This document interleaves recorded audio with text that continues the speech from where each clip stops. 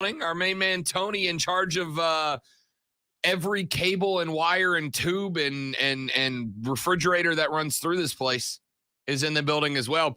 That's why we had to run to the lunch breakdown. And by run to, I mean actually do it on schedule, is because the two guys that can shut this station down with a click of a mouse are standing in the room. So the pressure's on, The pressure's on. 844-GSP-ESPN, 844-477-3776. Text us on the Ingles Market text line at 71307, 71307. Start your text with ESPN so we can read it on the air. ESPN, is Mark Ryan too good for bowling? Mark Ryan would say he's too good for bowling. Not in that way. That means his bowling is too good to be at a place called the Bad Bowlers Club, because he's a level above our ability, and so he doesn't want to bring himself down. That's why. Show up, dog. Show up. I'm getting a 200 tonight, though. I'm bringing a 200 tonight. I couldn't figure out that lane last time. I'm putting us on a new lane. I'm getting that 200 tonight, son. It's happening. It's happening. You fellas done? Well, thanks for coming by. Pleasure to see you. Have a lovely rest of your day. Chris didn't even turn around. He was like, dude, you're an idiot. I'm out. We did used to share an office, so he already knows. Yeah. He does. That's true. It wasn't like he's like, all right. Anyway, item number 1 on the lunch breakdown. Lonzo, if you don't mind, are we ready for this? No, I can push it off. It's fine. I can push it back. We can wait. I'll move to item number 2, and we'll come back to item number 1 for some audio. If we can, I'll save it for later in the show. That's totally fine. Item number 2 on the lunch breakdown. I'll come back to number 1 because it's baseball. Item number 2 is football. Last year, Rob, the NFL has infuriated everybody with their social justice protest and their thises and their political stances and their that's and everything. And their audience is just absolutely going away. The NFL this year, the average NFL game, 17.3 million viewers this season. That is a 17%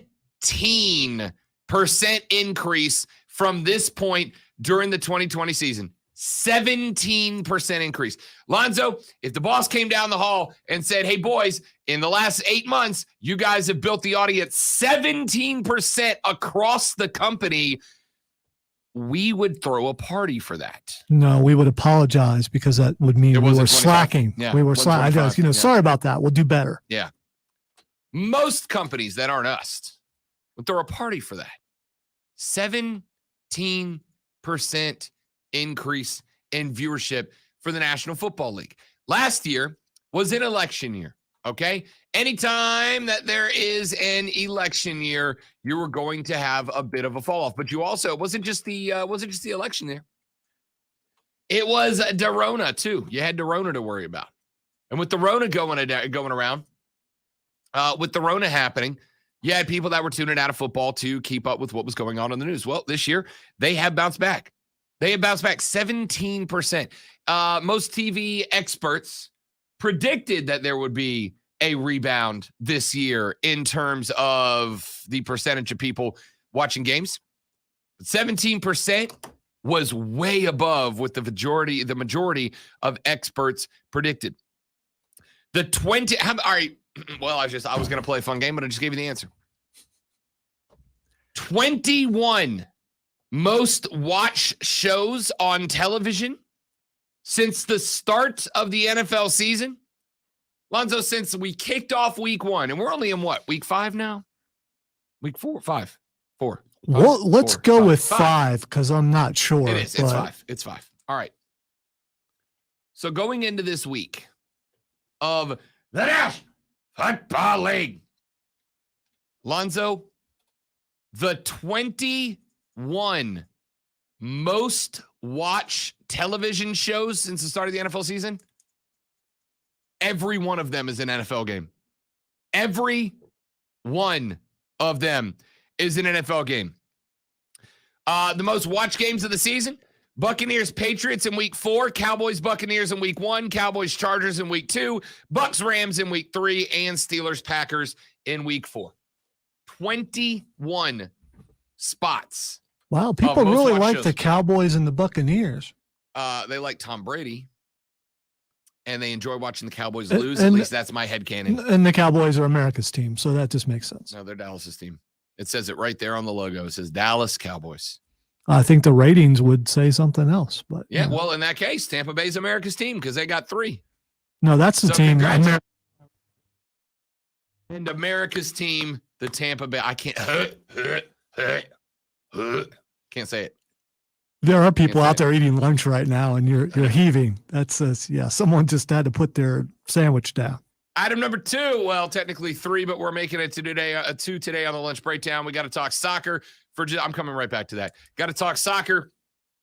United States men's national team midfielder Weston McKennie will return to the starting lineup tonight as World Cup qualifying resumes against Jamaica. Coach Greg Berhalter announced that yesterday afternoon. The news comes a month after McKennie was suspended and sent back to his club team, Juventus, after committing multiple violations of the national team's COVID-19 protocols during the first qualifying window. Berhalter said, quote, he's been focused coming into this week and we're not holding anything against him. Is he going to have to rebuild trust by a time period of showing that he's the leader we expect him to be? Of course, but there's nothing held against. Is he going to have to be rebuild trust? Yes, but we don't hold anything against him?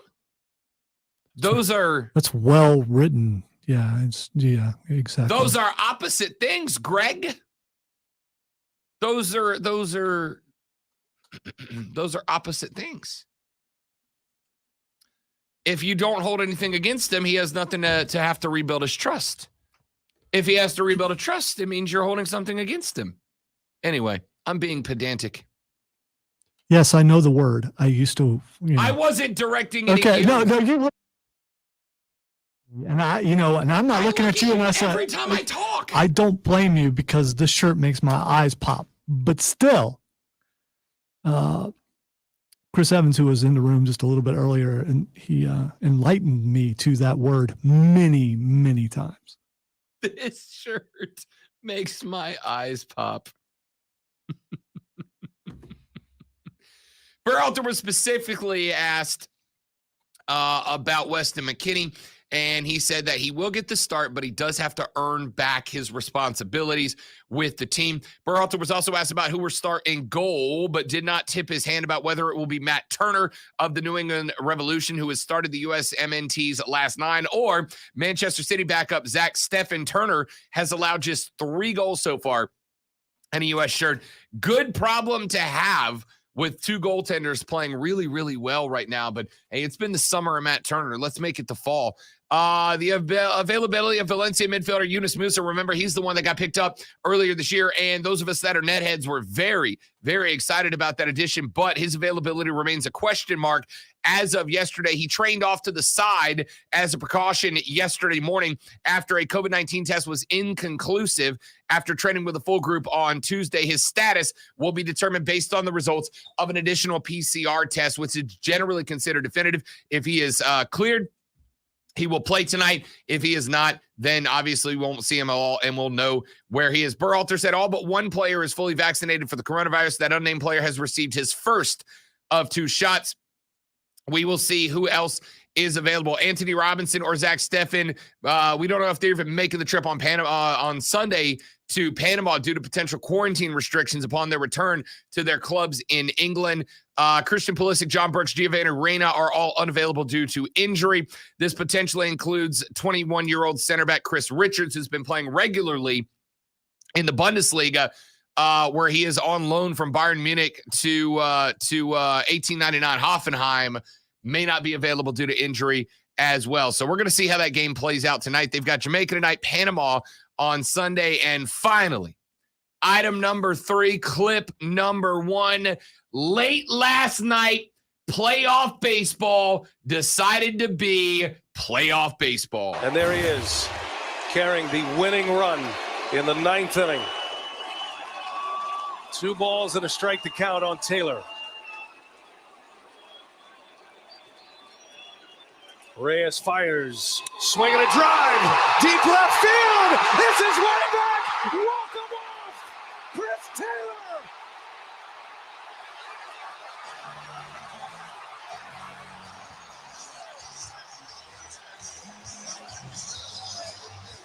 Chris Taylor with the moment of his life. And he's had some big moments. A walk-off home run, his 6th career postseason homer. And Taylor, a struggling hitter, delivers in the clutch. He didn't start in this game, Brian, because he was 8 for his last 72.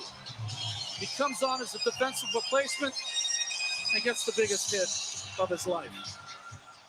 A crushing ending for the Cardinals. And a memorable walk-off moment for the Dodgers. The Dodgers and the Giants will meet for the first time in postseason history starting Friday night at Oracle Park in San Francisco. It is far. It is gone.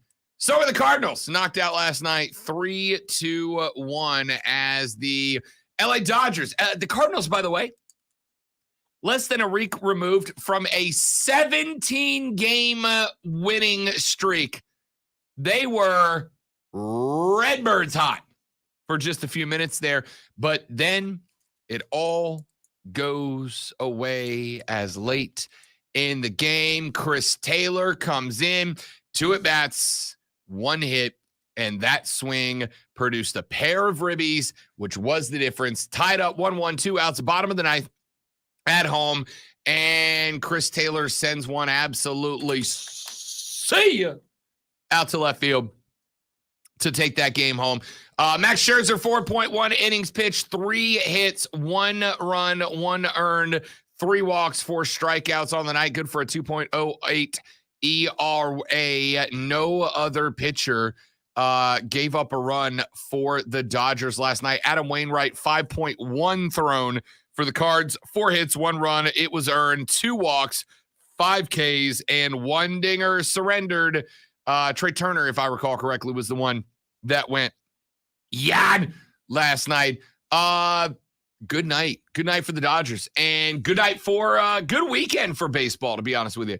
Good weekend for baseball. It was a remarkable baseball weekend between the AL wild card and the NL wild card to open the season. Y'all, playoff baseball, baby. Playoff baseball. Dodgers move on. They'll take on the Giants. We're going to break that down further and give you a preview for all the teams that are still left standing in Major League Baseball's playoffs later on in the show. 844-GSP, ESPN, 844-477-3776 is the number to be a part of the program. Coming up at 2:20, let me say it now so Alonzo knows I didn't forget, Fight Club coming up at 2:20 this afternoon. Your home thing for all, your home base for all things combat sports right here in the upstate. We'll be talking, I have no doubt, AEW after the last couple of weeks. We'll talk some WWE as the draft has been completed. We now know where the brands are going to be headed. You're looking at my page. I'm not. Yes, definitely not the 2 biggest things to talk about. Plus, we got a big boxing match coming up this weekend, which I held off so that we could talk about it at Fight Club. I have heard about that somewhere. Have you? Yeah. That's and the good news is, because that boxing match is so big, we can justify doing 2 segments of combat sports in the 3rd hour if we want. I'm just saying. The only thing you didn't mention that's on my list is it's still wrestling related. Junior DeSantos. No. Damn. No. The PW Insider top 500 wrestlers. Oh, gotcha. Top 10. Don't hate it. 1 and 2. That's all coming up in the 3rd hour of the show. 844-GSP, ESPN, Texas. Ingles Market text line's open, 781-307. Start your text with ESPN. Let's take a break. I'm Rob. He's Lonzo, and this is ESPN Upstate.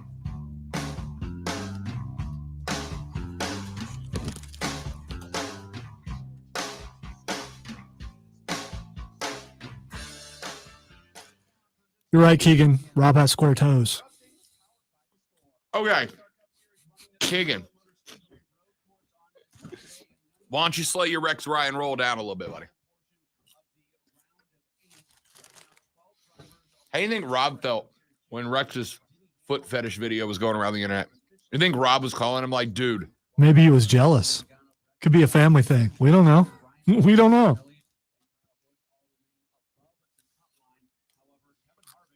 In that world, Rex and Rob send foot pictures to each other. See, that's the world you're creating. You were saying this as if people would go, "No, that can never happen," and everyone's like, "Yeah, I'm sure they do." Those guys rib each other all the time. You know they do. 100%. I understand we're in a world where people are into some weird stuff, and I mean into in every sense of the world. We're also in a world where I don't have to think about it. I mean, like, you've never looked at your best friend and be like, wonder what him and his wife do behind closed doors. Like, you don't do that because it's weird. You know what? I bet there's some people out there that do think that, though. They're not in this room or listening to this right now. There's no. I think not every dude, but the majority of dude have in the past been like, I wonder what it would be like. But you don't talk to your buddies in that, like, at least I don't think so. Especially not your family, right? Like, Rex isn't asking Rob about his foot fetish. Scratch that, rehearse it. Again, I can picture those two guys having a discussion about it at the bar, really loud, so everyone can hear it. Rob's like, Rex, what's wrong with you, dude? There might be some of that. I hit you in the head too hard when we were kids. Says, ladies and gentlemen, I've legally changed my name to Ryan Rob because I don't want that last name anymore.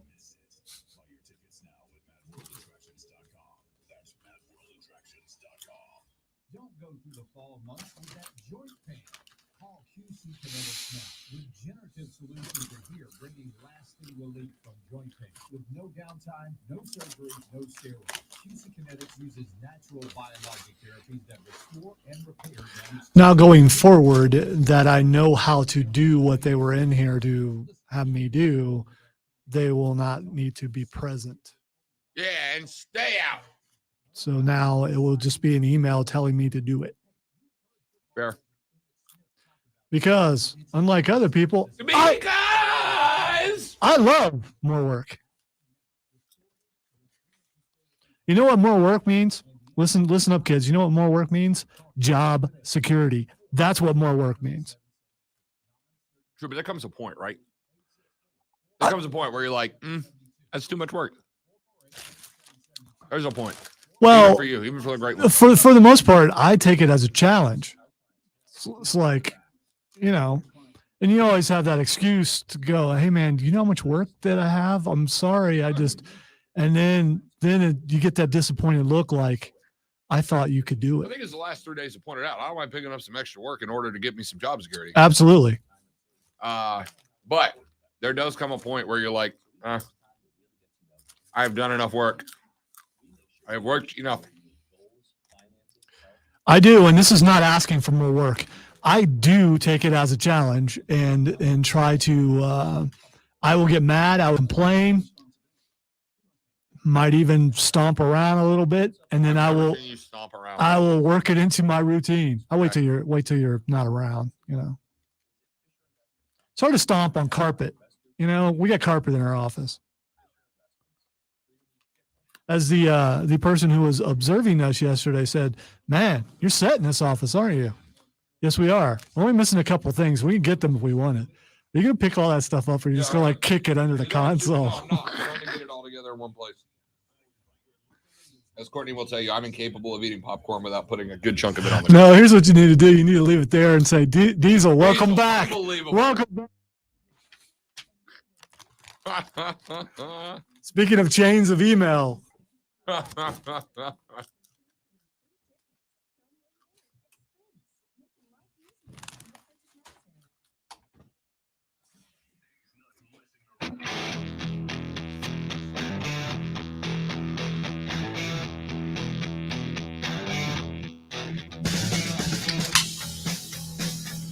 want to tell you what the name of this song is because I think you'll love it.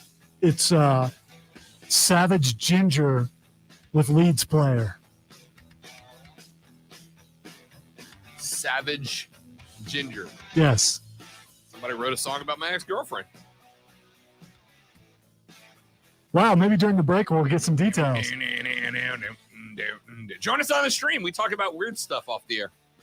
Like We had a Savage solid Gingers. 3-minute conversation where we reenacted what a conversation between Rex and Rob Ryan must have been like when Rex's foot fetish video went on the internet and Rob Ryan watched it for the first time. Except we did it sober. Are you insinuating, sir, that Rob Ryan is a drinker? I'm insinuating no evidence of that. both of them are. You have no evidence of that? I will say, Rob's belly. I don't think that's food. I'm just saying. I don't think that's food. Oh, speaking of drunk, can you give me clip 1A? So we had Dustin Johnson earlier in the week. Media member says, DJ, do you still have it in you to let's play both. I forgot I didn't delete that clip. We're on them both.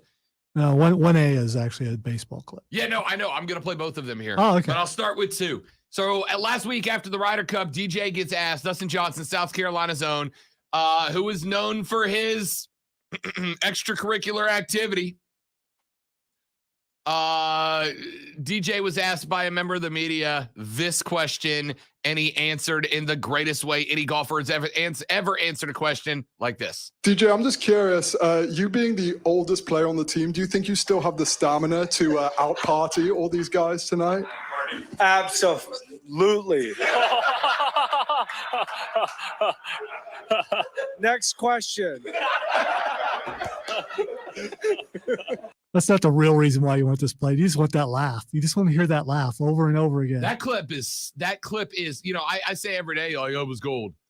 That clip's platinum. That clip is platinum. Absolutely. Next question.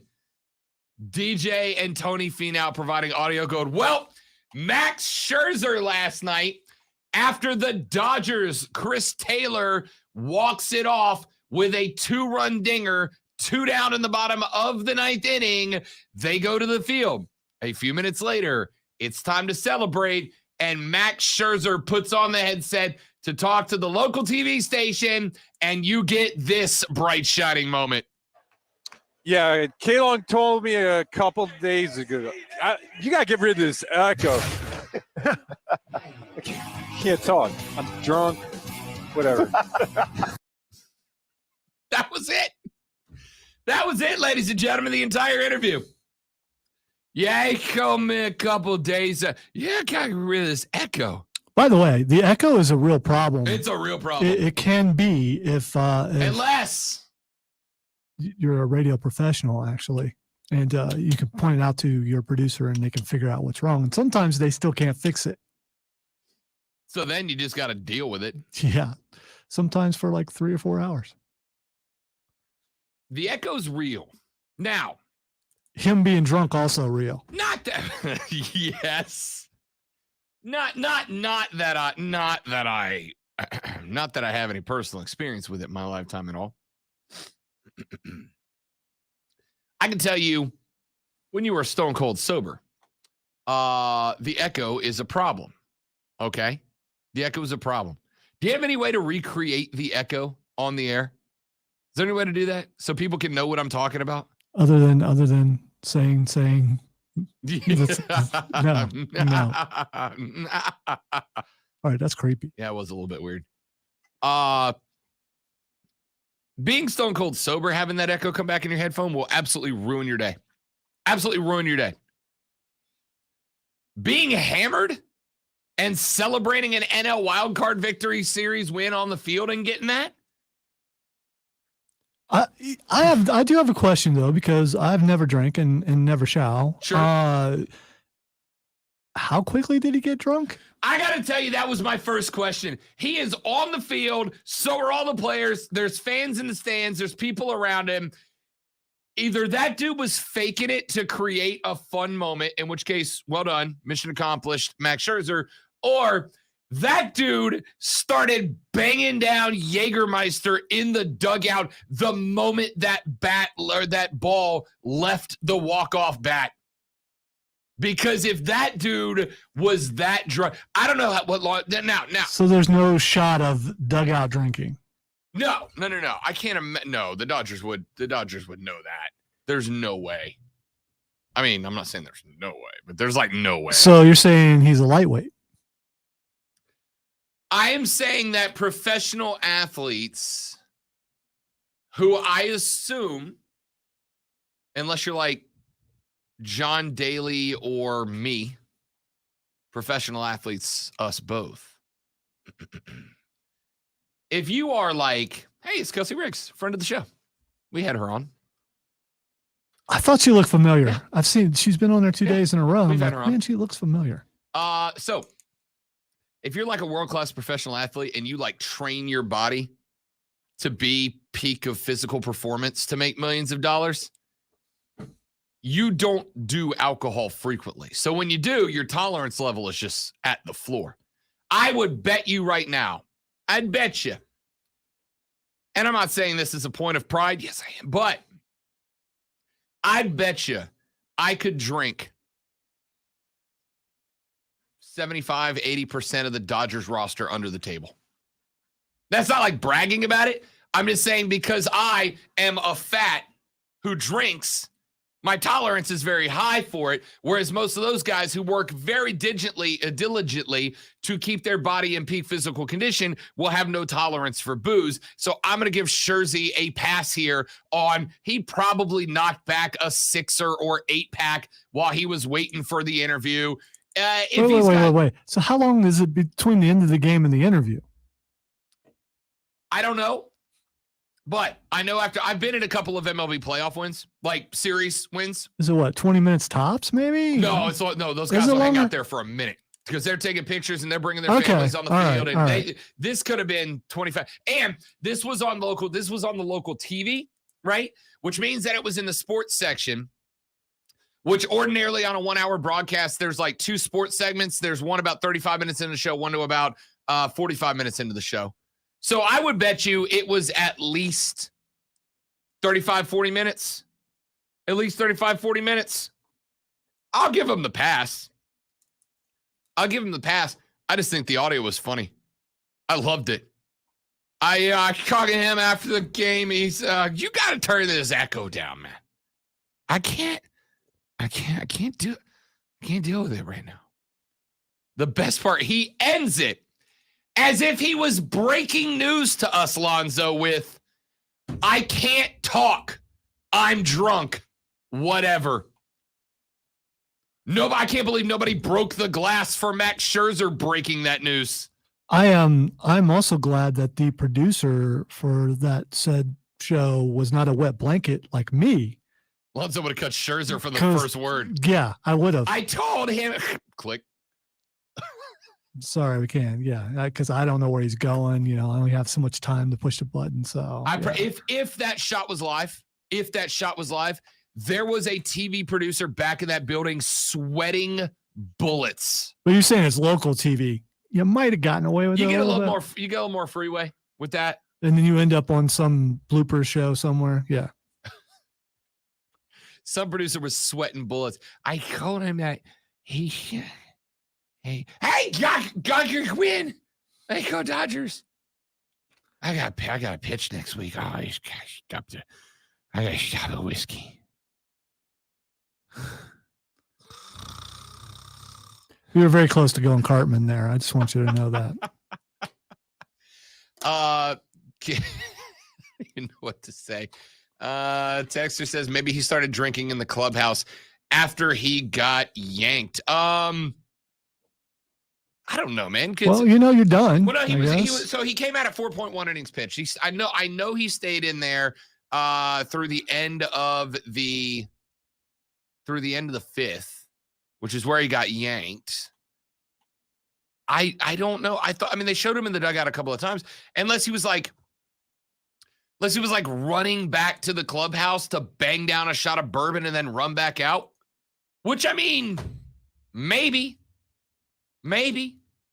his night was done. He knows he's not doing anything else. Maybe he was headed to the back to rip some Jägermeister while he was waiting on the game to end. Hashtag win or lose, we still booze, say the LA Dodgers. Texas says, Panda says the spaceship warping sound that occurs every so often during the show is worse than an echo. Lonzo, I heard it last night. I need Panda to know he has been justified. I heard the spaceship sound on the air last night for the first time. It's creepy. Have you heard it? When you say on the air, so this is not the stream thing. This is actually on the air. I was listening to baseball last night. I got in the car after trivia, and it was like, boom.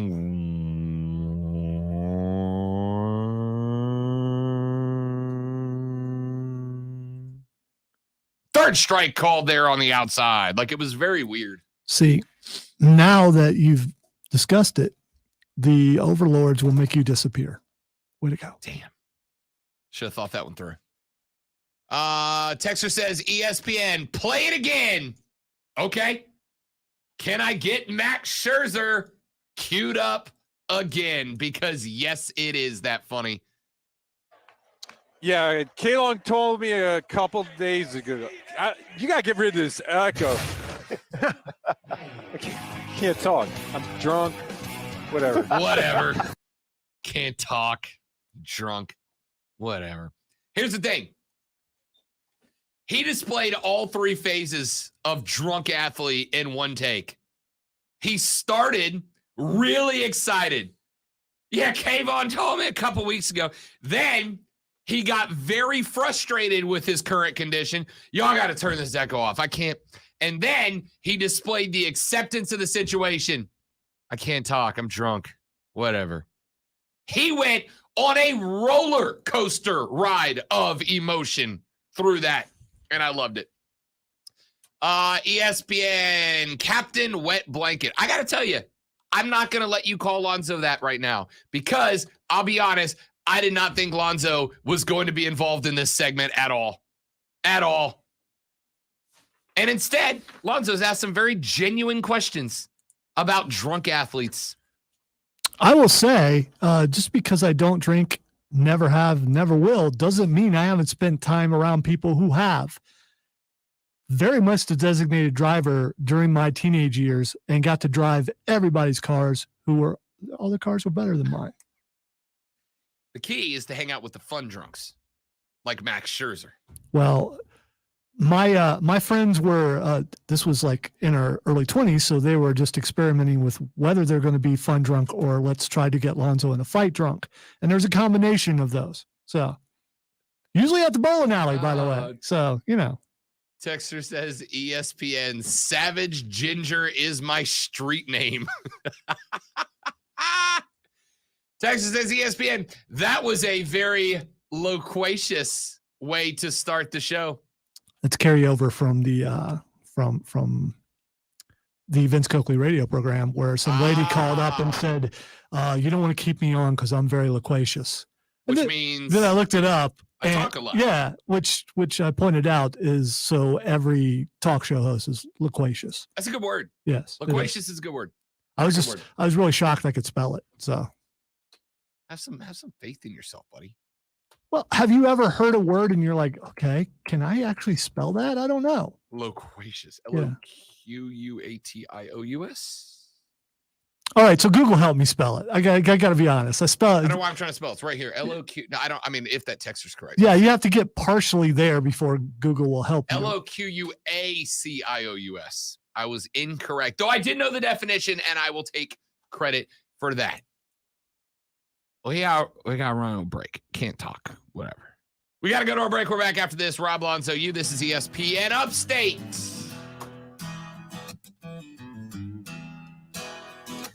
We got Rashad. At least you didn't say that you had to go to break because you were drunk, because that would have been bad.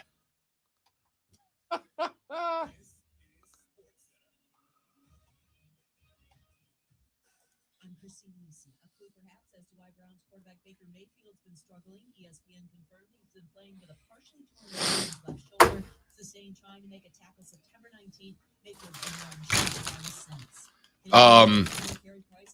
Hang on, stream. I'll be RB.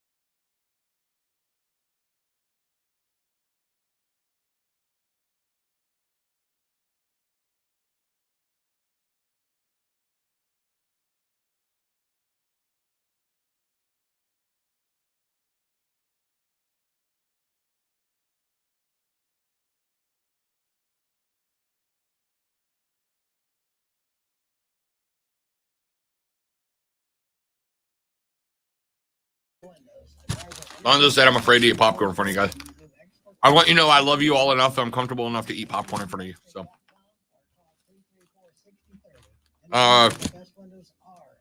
to whoever just asked, it's Gold Emblem Air Popped butter flavored. Not that it matters, but what's the calorie count on that? I'm just curious. For 2 cups, it's 170 calories. All right, so how many cups are in a bag? Because it 5 for this entire bag. How many is servings? about 800 calories for the whole bag, which I did not eat the whole bag today. I ate like half, a little less than half. it's got to be the butter, the kind of butter, because It's air pop, so there's no oil to pop because it. most microwave popcorn don't really have that much calories. Yeah. So. Popcorn by itself, I'm sure it's fine when it's air pop. It's when they start adding the things that make it taste good that foods go bad.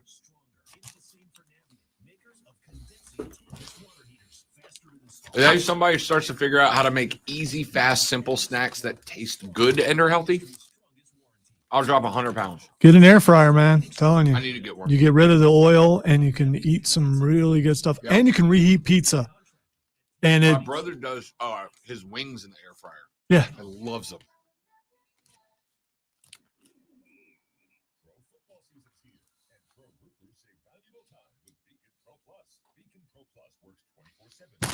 I enjoy nearly daily some crispy tater tots in the air fryer. The air fryer? Yes. I do love some tater tots. Could throw them in, go take my shower, Come back out, How long ready to does it go. make? Take like 10, 15 minutes to make? 15. You can do it in 12, but they're not as crispy. 15 is perfect. Tater tots got to be crispy. But not too crispy because then they're, My mom is watching the stream and she said, does your shirt say Rob X's Brown? It does. as This in side. X's. Because it's a bowling shirt. X's are stripes.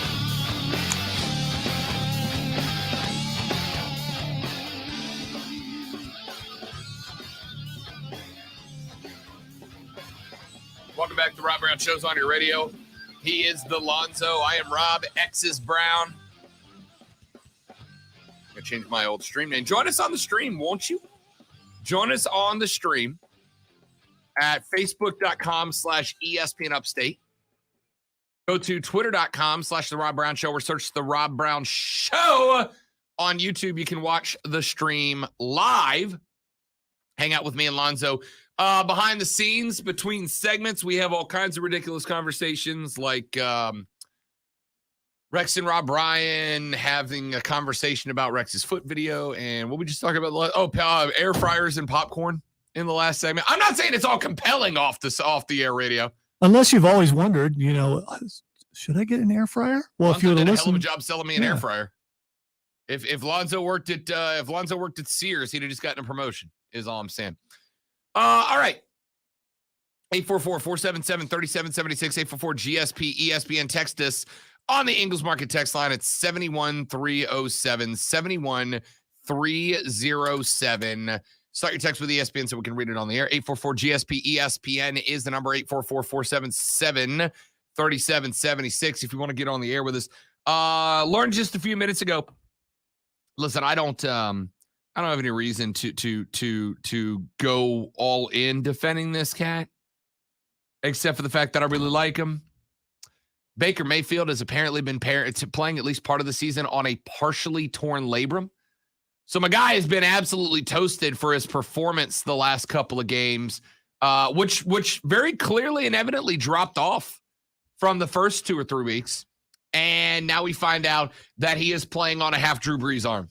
Torn labrum is the muscle that lets your shoulder rotate around. When that is torn, you can lose some of the power and the strength. and does it add to it how he did it?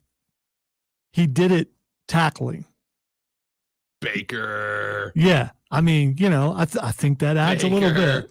Every time you see a quarterback not try to lay out a dude, whether it's on a block or a guy returning an INT or a fumble, every time you see a quarterback not laying out a dude, this is why. right? Every time that happens, when a QB goes for a block and he just kind of like gives a little like shoulder bump, everybody watching goes, why not? Like, why aren't you blocking it, man? That could have been the block. This is why, folks. This is why. Because if Baker has a torn labrum, he's probably done for the year. In a year, Lonzo, that the Cleveland Browns are 3-1. And in the catbird, what is it? Catbird seat? Is that how the saying goes? It's a catbird seat. I don't. What is a catbird seat? I don't know. We'll have to look it up. I'm writing that down because I have to know. I was writing that down, but there it goes. I was going to say, did I actually run out of ink and a pen? Don't worry, I did not. Catbird seat. Anyway, they are in it. The Cleveland Browns. So are two of the other three teams in the division also at 3-1. But the point is, it's a position of great prominence or advantage. Yeah, like I could have figured that out based on context clues, but I'm trying to figure out what is an actual catbird seat. Like, where did the phrase come from?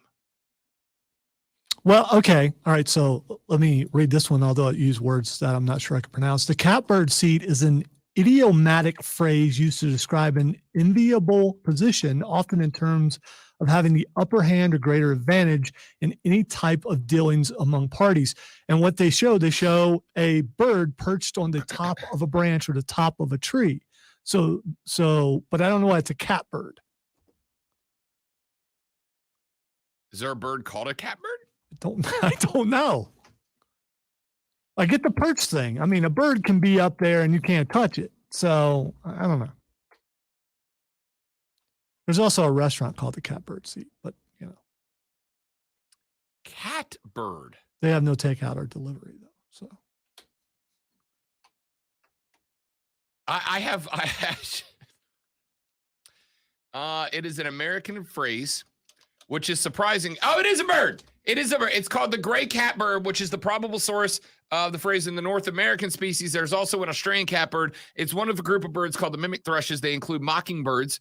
They are named for the ability to mimic the sound of a cat's meow. Oh, okay. A gray catbird. So it's an actual bird. It also resembles like a cardinal with no color. Here you go, Lonzo. Catbirds seek out the highest perches in trees to sing and display. Ladies and gentlemen, we all learned something today. You're welcome. You're welcome. Or I'm sorry. Back after this on the Rob Brown Show. It's ESPN Upstate.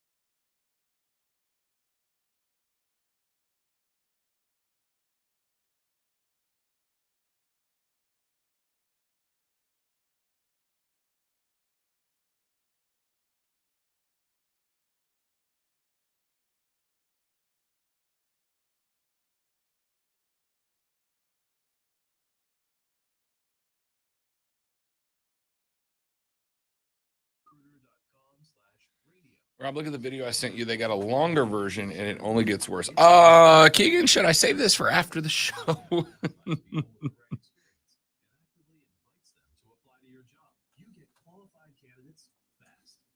while other companies might deliver a lot of hay, ZipRecruiter finds you what you're looking for. The needle in the haystack. See why 4 out of 5 Americans employers who post a job in ZipRecruiter get a quality candidate within the first day. ZipRecruiter, the smartest way to hire. And right now, you can try ZipRecruiter for free.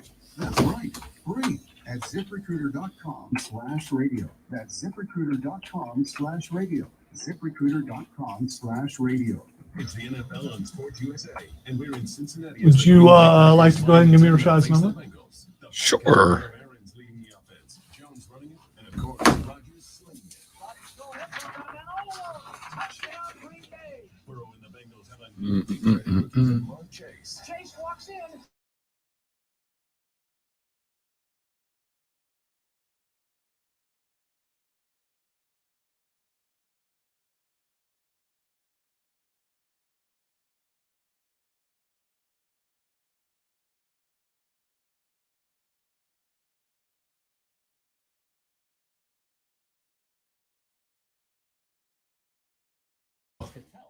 Reverb. It muffled that one number, and I'm like, why can't? And I looked up and saw what you were doing. I was like, oh, okay. Are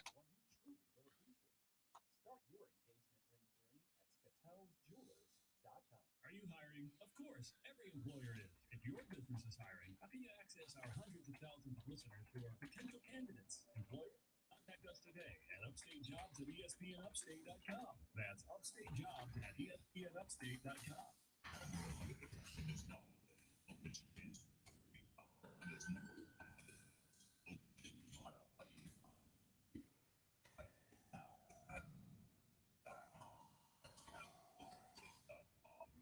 This feature sponsored by Envoy. The work changes. Make yours better than it was before. And create a workplace people love with Envoy. Don't just come back better. Envoy. Make hybrid work.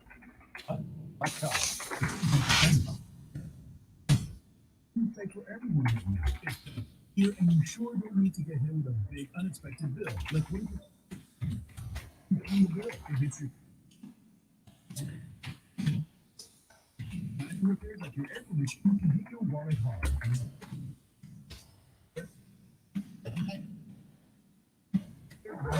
That's right. We'll protect my car. We'll do a repair bill for you. Just dial 2827 on the number. Dial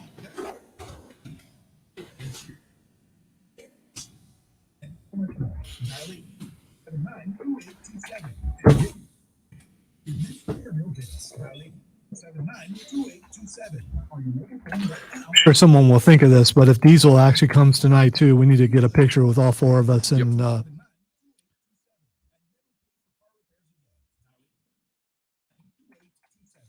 This report is sponsored by ExpressPros.com. Looking for a holiday job or seasonal work? It's time to get to know Express Employment Professionals. Visit ExpressPros.com to find your local office and let them help you find a job. No fees for job seekers. ExpressPros.com.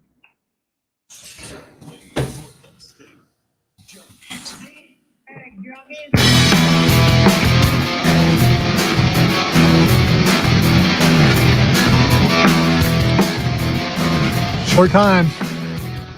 Wrapping up the first hour of the show here on ESPN Upstate. Rob Alonso with you coming up in the next segment. Rashad Beard, host of the Panther Nation podcast, joins us every Thursday at 1 o'clock to talk Panther football. And then after that, Lonzo and I make our picks. We didn't make picks last week. Lonzo and I tied in the picks exactly to the number. Can one of us take a lead this week? We'll give you our picks for the weekend coming up next. Rob Alonso, it's ESPN Upstate.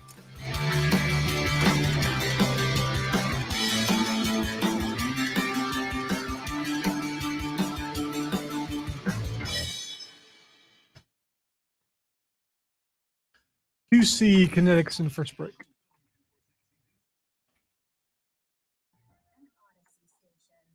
AutomotiveMap.com presents your ESPN Upstate Sports Center updates powered by The Score.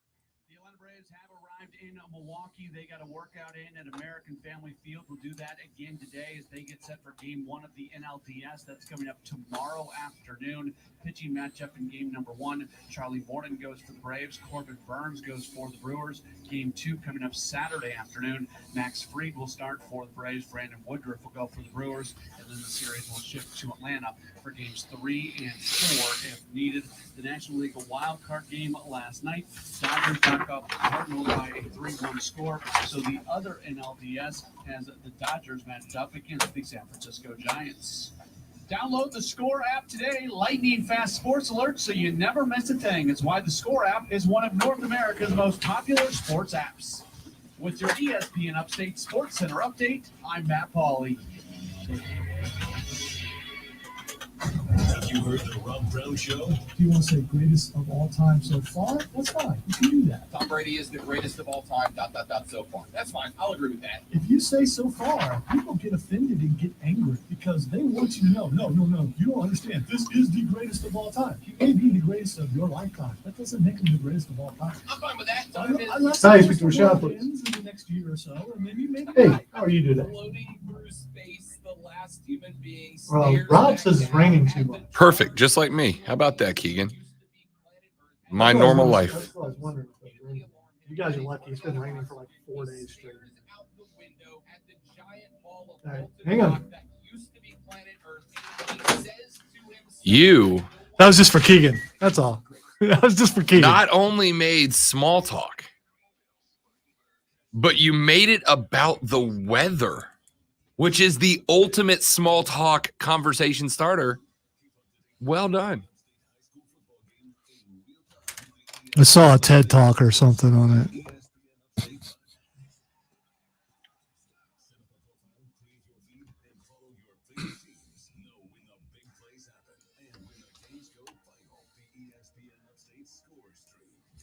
Except for I know it's not really raining in Charlotte because I talk to Vince every day. So, I just, I didn't have to say that. No. That's the point of small talk. Okay. The actual point of the conversation is irrelevant. It's just to be having noise. Okay, if you say so. Still don't like it.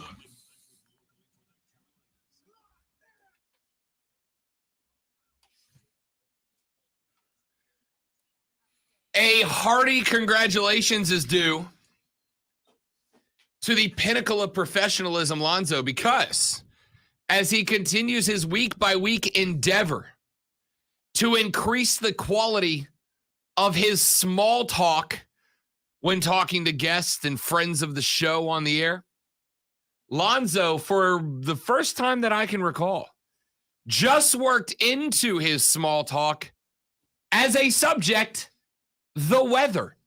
The ultimate small talk conversation piece is the weather. Hey, man, crazy weather we're having, huh? Which is not saying anything other than I want you to know that I acknowledge your presence, but don't really have any interest in talking about anything deeper than that.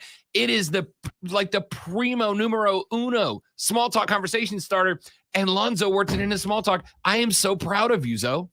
Proud of you. As I understand, weather is one of the things that you should try to work in because it's something that everyone has to deal correct. with. Yeah. It's like we've made the joke, why is Duke's mayo and hot dogs and food such a popular topic on the show?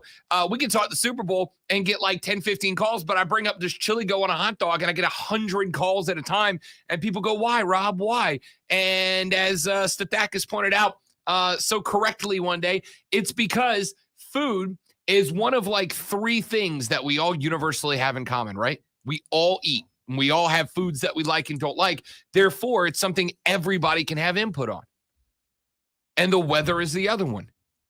Everybody's got to deal with it, including in Charlotte, North Carolina. I promise next week I'm taking a step back, though, because I can't handle all this praise. Next week, he's going to be like, Rashad, hold, please. Click. Rashad Beard, the host of the Panther Nation podcast, joins us here on the Rob Brown Show and ESPN Upstate. Shad, what up, fella? How we doing, big boy?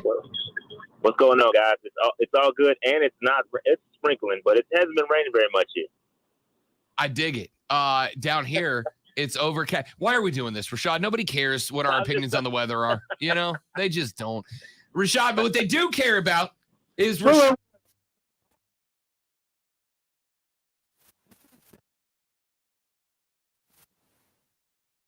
Talk is for in passing. I can't believe anything you say.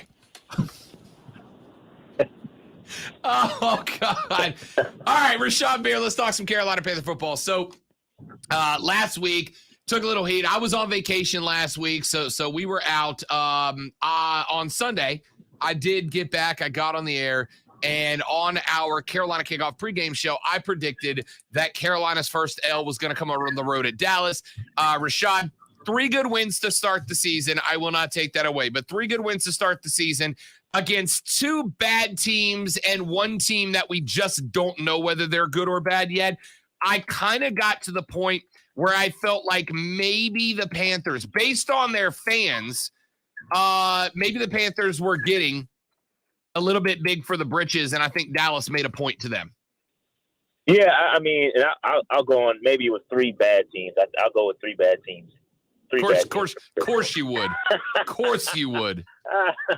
But no, I listen. I think I don't mind losing to the Dallas Cowboys. I mean, they are a good team, and we fought. I mean, we fought hard. We were getting punished there for a little bit. Tried to battle back, and I think there's some good things to take away. No Christian McCaffrey, no J.C. Horn. You had a cornerback that was just new to the team joining. And so there's a lot of things that that went into that, and I'm okay with losing to the Dallas Cowboys. They're a good team, and it was on the road, right? So I have no problem with that. And where are we getting a little big for our britches? Sure. You've got to understand that we haven't been in this scenario in a long time, right? We haven't seen consistent winning in a long time. So any glimpse of that, of hope, we're going to take it, and we're going to run with it, and that's what we did. Got brought back to earth a little bit here, but I think we're a good team, though. I think we're a solid team, and we're going to prove some people wrong, and I think we're going to prove as the season goes on that we're going to be a solid team moving forward. Rashad, remind me, because I honestly forgot, and I'm not trying to set a trap. I'm genuinely curious. What was your preseason record pick for this team?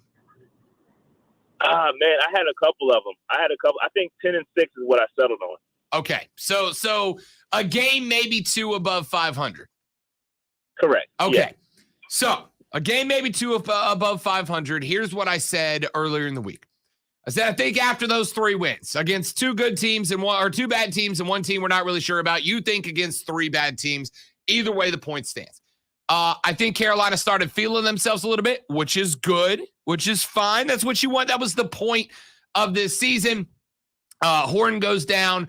McCaffrey goes down. Looks like there's, from my understanding, a chance Christian McCaffrey could be available to play coming up this weekend. We're going to wait and find out some details on that. Here's what I don't understand.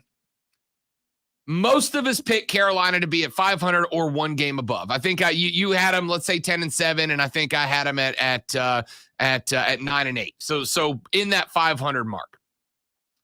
They won 3 games, and then all of a sudden, Rashad, everybody suddenly believes they're a 12, 13, 14-win team. Like, do you believe we have seen that much of an upward trajectory to add 4 wins to your preseason win total? No way. We're not that good. 14 wins, that's too far. I think there are some gaps. We did get exposed in the run game. So we've got some things to shore up. We've got some good cornerbacks that we added to the roster. And so I think there are some things that are improved and we'll continue to get better. And again, you remember what I said, this team has to learn how to win, right? So the first 3 games, while they were against 3 bad teams, I think that those 3 wins were important to our confidence, right? To learn how to win these games and learn how to win moving forward. And so I think we're going to be, and again, like I said, that Dallas game, that was a tough loss. We got punched in the mouth. And I think, again, we might have been feeling ourselves as a team, but Dallas is a good team. Don't take anything away from losing to them. They are a good team. And so I have no problem losing to Dallas. Now, this next week, coming against the Eagles, I don't think the Eagles are as bad as their record makes them look, but I think that this is going to be a true test to kind of see where we are. I think we're both mirror teams, right? They played 3 good teams. We played 3 bad teams. And so I think we're kind of looking in the mirror at each other. I think it's going to be a really good test against Philadelphia Eagles to see where we are truly. Rashad Beard, the host of the Panther Nation podcast. You can find their stuff on Twitter at Panther Nation PC. Search it on YouTube, Panther Nation podcast. It will be and should be your home for all things Carolina football. So let's talk about, obviously, the big breaking news from yesterday. Stefan Gilmer, former South Carolina Gamecock turned New England Patriot, is 31 years old, but he was also last year's AP Defensive Player of the Year, and you got him for a 2023 sixth-round pick. Rashad, my man, Carolina won a friggin' lottery pick yesterday, big dog. Yeah, it was huge, and I was on record saying that because the news that came out that he was going to potentially be released, and I guess Scott Fitterer made the call and said, "Hey, we're going to grab it before he goes out to the market." And so I was on record saying I don't know about this particular pick, but I'm surprised. I'm really surprised we were able to get him as cheap as we were able to get him, and I think it's important. It's an important signal to Panther Nation that the team thinks they're good enough to make a push. You don't just go out and grab a Stefan Gilmore for no reason, right? You go out and get him because you think you can compete. So I think that's a really good sign to Panther Nation that the team, the front office, the coaches think that we're just another cornerback away from a playoff push. And I think we've got some other bigger fish to fry, especially on that offensive line. But I think, again, Scott Fitterer said in his press conference that when you have the opportunity to go out and get a guy like Stefan Gilmore, you gotta go make that happen, no matter who you have in your room. Whether it's a C.J. Henderson, A.J. Bouye, we lost J.C. Horn, but maybe next year when he's back, it doesn't matter who you have on your roster. When you go out and get the best players, and when a guy like that comes along, you got to make that happen. And the Panthers are so used to not seeing that type of aggressiveness when it comes to go getting these players. We're so used to seeing other people shell out 2023 sixth-round picks to get great players, and it's usually not us. And it's just refreshing to see Scott Fitterer and the front office wheeling and dealing, going out and getting C.J. Henderson, and because C.J. Henderson is no slouch either. That's a great move too. C.J. Henderson and Stefan Gilmore. So I love it. I absolutely love what they're doing in the front office. I have no complaints at all from me. Yeah, I think right now Scott Fitterer has got to be in the lead for Carolina Panthers MVP when it's all said and done. And we had the same conversation yesterday. Somebody said, we got so many cornerback. Here's the other thing that you have the option to do, and I think down the road, Rashad, is when you got a room full of cornerbacks that is better than maybe the best cornerback room in the National Football League. Considering we know, and I hate to keep harping on this, but we saw it last week, there's still work to be done across the offensive line for the Carolina Panthers. There's the chance down the road to leverage a little bit of that cornerback room into a decent starting, let's say, left guard to pick up some blocking capability down the road. I think it's a great move from Scott Fitterer in the game for that exact reason. Yeah, it's a ton of flexibility. There's so many great things to come from this because you got to look at it this way too. If Stefan Gilmore's deal is he becomes an unrestricted free agent in 2022, right? So we have to either come to a long-term deal, or if he signs elsewhere, we could potentially get a third-round comp pick for him too. So there's a ton of different things, moving parts going along with this deal, and it gives us a ton of flexibility to move, like you said, trade him and get a left tackle potentially, or wheel and deal elsewhere. But it gives us a ton of flexibility, and that's the name of the game, right? You don't want to be locked in or needing a specific position. We went out there and we got a guy and listen, our cornerback room has completely flipped, right? That was a really big gap for us last year. We completely turned that into a strength. I just hope we do the same for our offensive line moving forward. Rashad Beard, host of the Panther Nation podcast, joining us here on the Rob Brown Show and ESPN Upstate. So Stefan Gilmore being added. As a matter of fact, on Twitter, he just showed up in Charlotte at the facility for the first time. So that's a big move. Coming up against Philly this weekend, as you mentioned earlier, a team that is kind of in a similar spot in that this year was expected to be an upward trajectory. It's expected to be a growing year. They have shown some signs of life at Philly, but then also last Monday, they went to Dallas and got the hell beat out of them, Rashad. I mean, just absolutely punked. When I saw that, knowing that Carolina had Philly the next Sunday, immediately I went, I don't want to label this like a must-win game for the Panthers because honestly, I don't think there are any must-win games on this season. I think there's a must-win total, but not individual games. After what I saw Dallas do to Philly, after what I saw Dallas do to Carolina, this is a game that I think if you're Matt Rule, you're going to feel a lot better if you walk off that field with a W on Sunday. Yeah, it's important. I think it's important victory if we can get it. Again, Philly is not as bad as their record is. They're not that bad. They played some really, really tough teams. And that Dallas-Philadelphia game, that is a division game. They are quote-unquote rivals. Dallas may not look at them as a rival, but Philly looks at Dallas like a rival. So wherever way you cut it, they're a rival. And I feel like that game was, they got smacked. They did get smacked. They did look better against the Chiefs last week. And I think they've been fighting. And I think they have it depends on what's going to happen up front with them. They've got some issues on the offensive line. Defensively, they're not that great. So there's definitely some things we can take advantage of, especially in the run game. They're not that good defending the run. If we continue to run the ball, that's my biggest gripe in the Dallas game. We abandoned the run too quick. We only, I think, rushed the football 15 times with our true running backs. That excludes Sam Darnold's runs. We've got to run the football, and if C-Mac is back, even if he's not back, we need to run the football against that defense. They're weak up front, and we can take advantage of them in the run game, hopefully, if we just continue to run and try to take advantage of that. Again, very, very good matchup. We got to watch Jalen Hurts. Hurts can kill us in the run. He can kill us. Again, we gave up 245 against Dallas, and it could be troublesome if Jalen Hurts gets outside and starts running on us. They also are a team that can run the football, but they don't run it. I think they lead the league in yards per rush when they do run the football. So that's something that we got to watch. It's a really good matchup. I think whatever team comes away with this can feel good about getting the W against the other team. Rashad Beard is the host of the Panther Nation podcast. You can find his stuff on Twitter at Panther Nation PC. You can also find him on YouTube at Panther Nation podcast. Make sure you search and get all your stuff. All right, Rashad, prediction for the weekend, but what do you want to see play out on the field? And give me a final score. Yeah, I'd like to see us dominate on both sides. We've got to be better against the run. Dallas may have exposed some things, so we've got to get tightened up in the run. I'd like to see the Panthers run the football. So I want to see a dominant effort in the trenches on both sides of the football. And I'm going to go with a Panthers W. I'm going to say 24-17 is what I'm going to roll with. Love it. Love it. I'm looking at the same score. I just got to decide who I think gets the 24 and who gets the 17. I'll let you know. Rashad Beard is the host of the Panther Nation podcast. You can follow them on Twitter at Panther Nation PC. Make sure you search them on YouTube as well. Shad, my man, sincerely, always appreciate you coming on, talk a little Panther football with us, brother. We'll talk to you next week.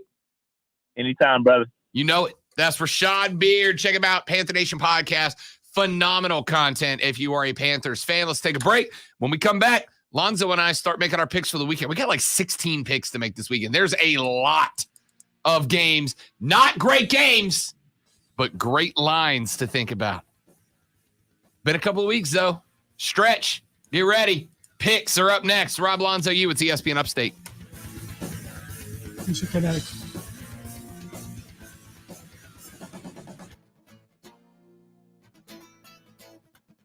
QC Kinetics wants you to be able to live your life without pain.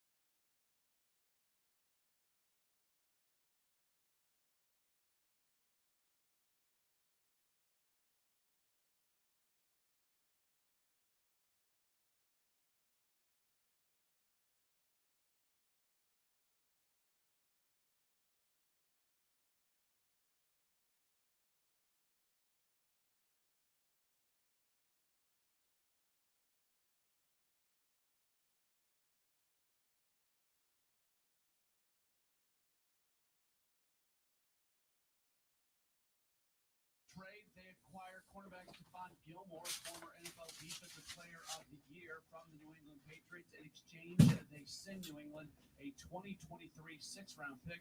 Gilmore has been unhappy with his contract with the Patriots. However, reportedly, he is going to play under that contract. He is not until he makes his debut. Speaking of players who are not fully healthy, running back Christian McCaffrey, he was limited in practice on Wednesday, opening up the door that he could potentially play when the Panthers match up against the Eagles on Sunday. You'll hear it on Classic Rock 101.1. Download the Score app today, lightning fast sports alerts, so you never miss a thing. It's why the Score app is one of North America's most popular sports apps. With your ESPN Upstate Sports Center update, I'm Matt Pauley.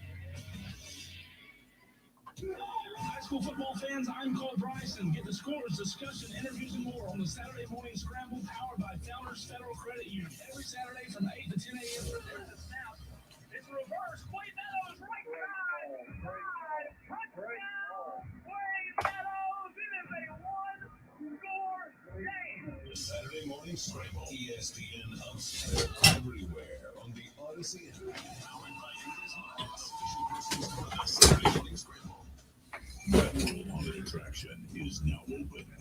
Voted one of America's top odds and #1 in South Carolina. Experience the biggest and scariest haunted attraction. Full of dark woods, incredible set designs, special effects, and top-notch actors.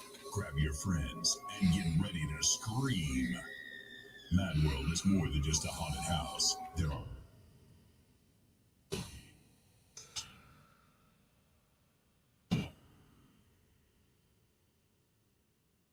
Ghost Town Mini Golf. Very entertainment for all ages, including families.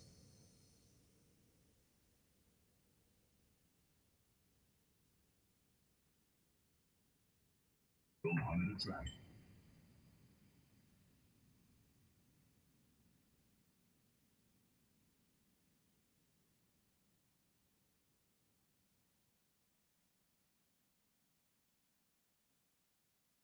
Want to miss the fairway all day and still pull out the big.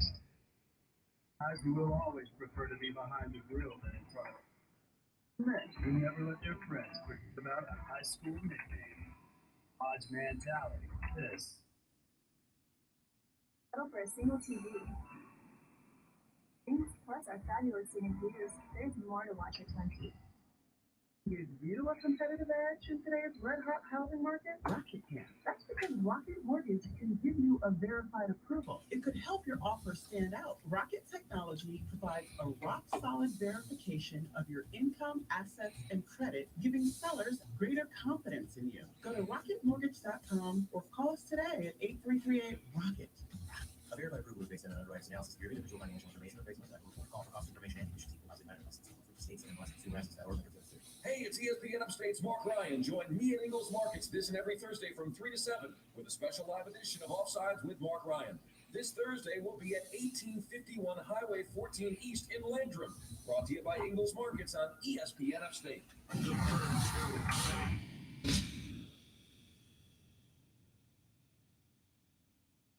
Tomorrow night at 7 on ESPN Upstate and the Odyssey app. Powered by your local Ingles Market.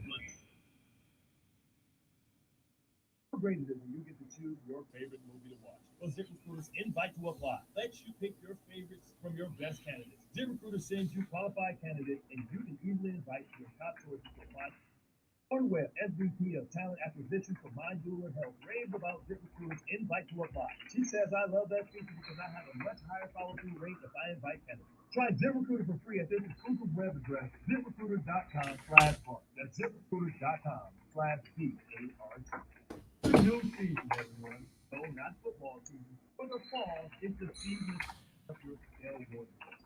Where the new Stitch Fix freestyle comes in. Listen, we've all probably let our own person for over a year now. The Stitch Fix freestyle personalized shopping experience allows you to discover and instantly buy clothing and accessories specifically on your style preferences and fit. So get those new looks for any occasion today.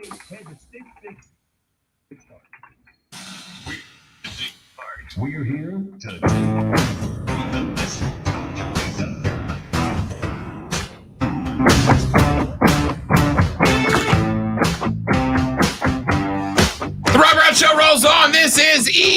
ESPN Upstate. Rob Alonzo with you here.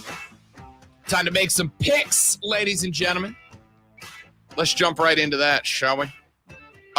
So far on the season, ya boys have done okay, Zoe. We've done okay. We are both, here's the good news. We are both tied. Exactly the same record so far through the season, which is pretty impressive, to be honest.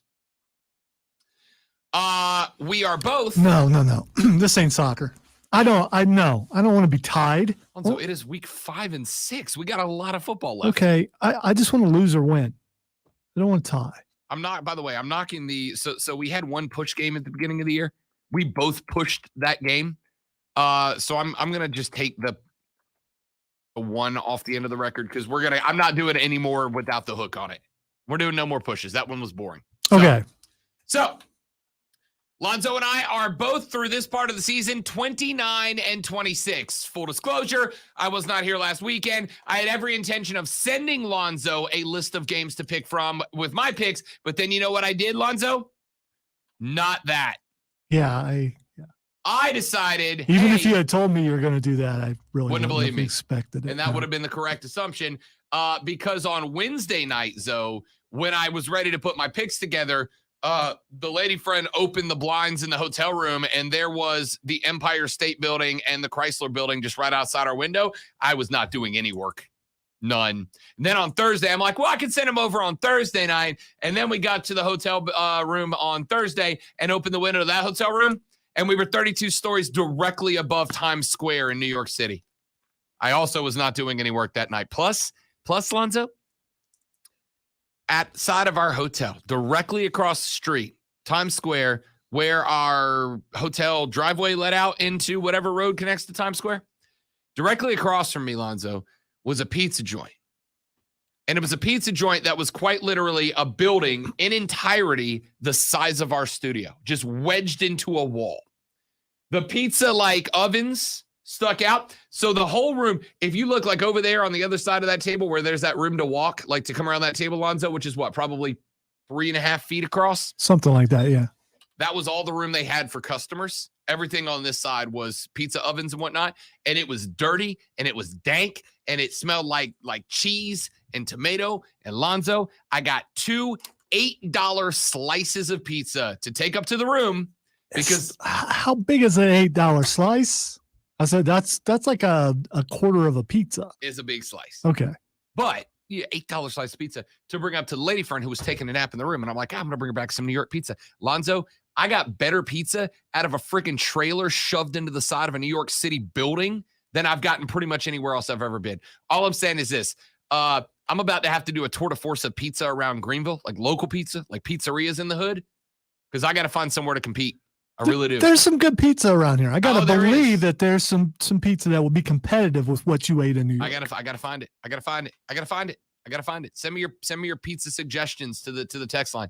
71307. Send me the best pizza. Send me the best pizza because I got to find new pizza. I have had that style of pizza around here somewhere. New York City. I want to say somewhere off of Pelham. Here's the thing. I learned this. You know why do you know why New Yorkers claim that New York pizza in New York has its own distinctive New York taste? No. They claim it's because of the water in New York. Like the water goes through a certain aquifer and natural filtration system in Manhattan, the bedrock of Manhattan is Manhattan schist, which is this type of rock that's geographically isolated to the Northeast in the New York area. And Manhattan is an island that is 100% made out of this bedrock of Manhattan schist. And New Yorkers claim that as the water comes up through that bedrock, it's filtered a certain way, and certain minerals and chemicals come out of the schist into the water. And then when they use that particular water to make that particular dough in New York City, they say it gives it that distinct New York taste to it. So New York is not just about like the shape and style of the pizza, because, New York pizza is large and it's very thin and it's floppy. You got to bend a piece of pizza like a taco if it's New York because it's floppy. And they say that the taste comes from the water. How thick is the crust, though? Not very. Unlike No, those that's pretty. heathens. Hey, what you just showed? Nah. It's not like flatbread. It's pizza dough.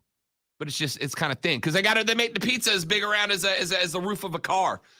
Unlike those heathens in Chicago with their deep dish garbage. Miss me with tomato casserole. Also known as cake. Yeah. Miss me with your tomato casserole. Chicago pizza, trash. New York pizza, really good. Really good.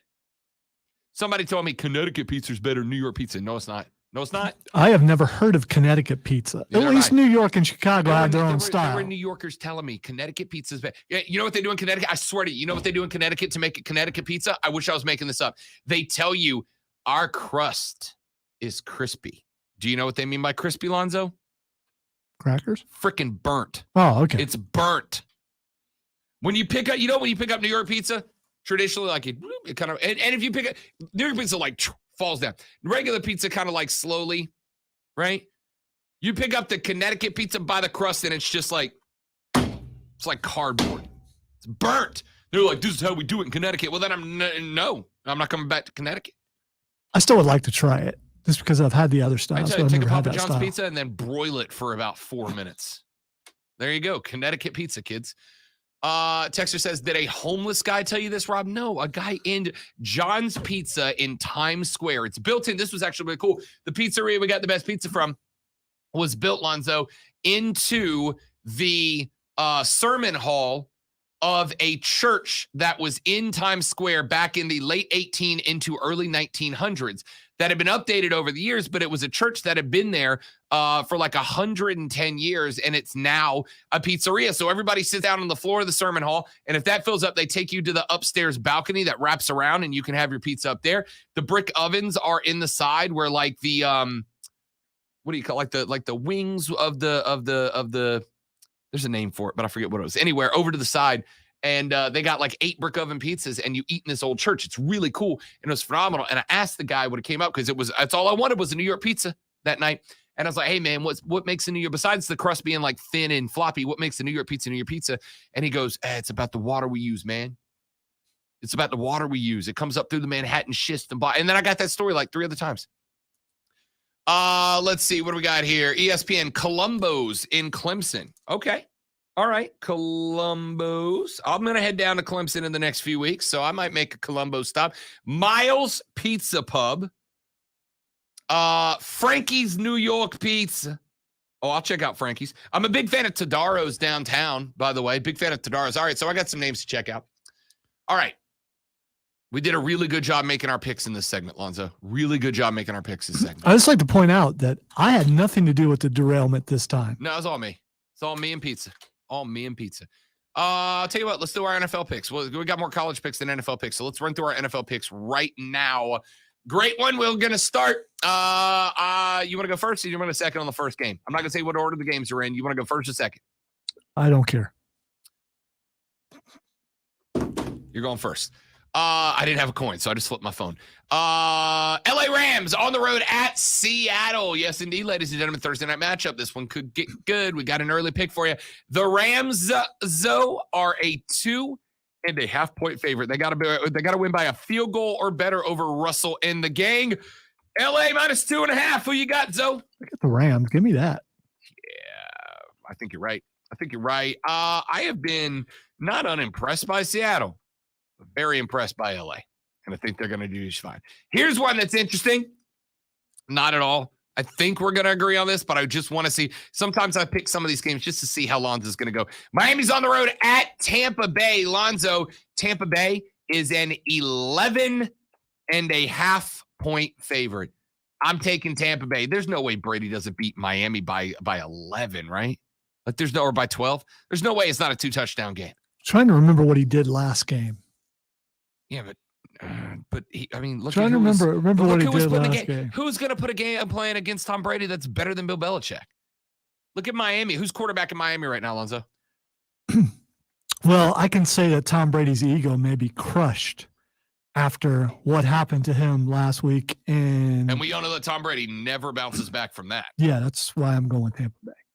Damn, why was I trying to talk you into Tampa Bay and letting you? You didn't.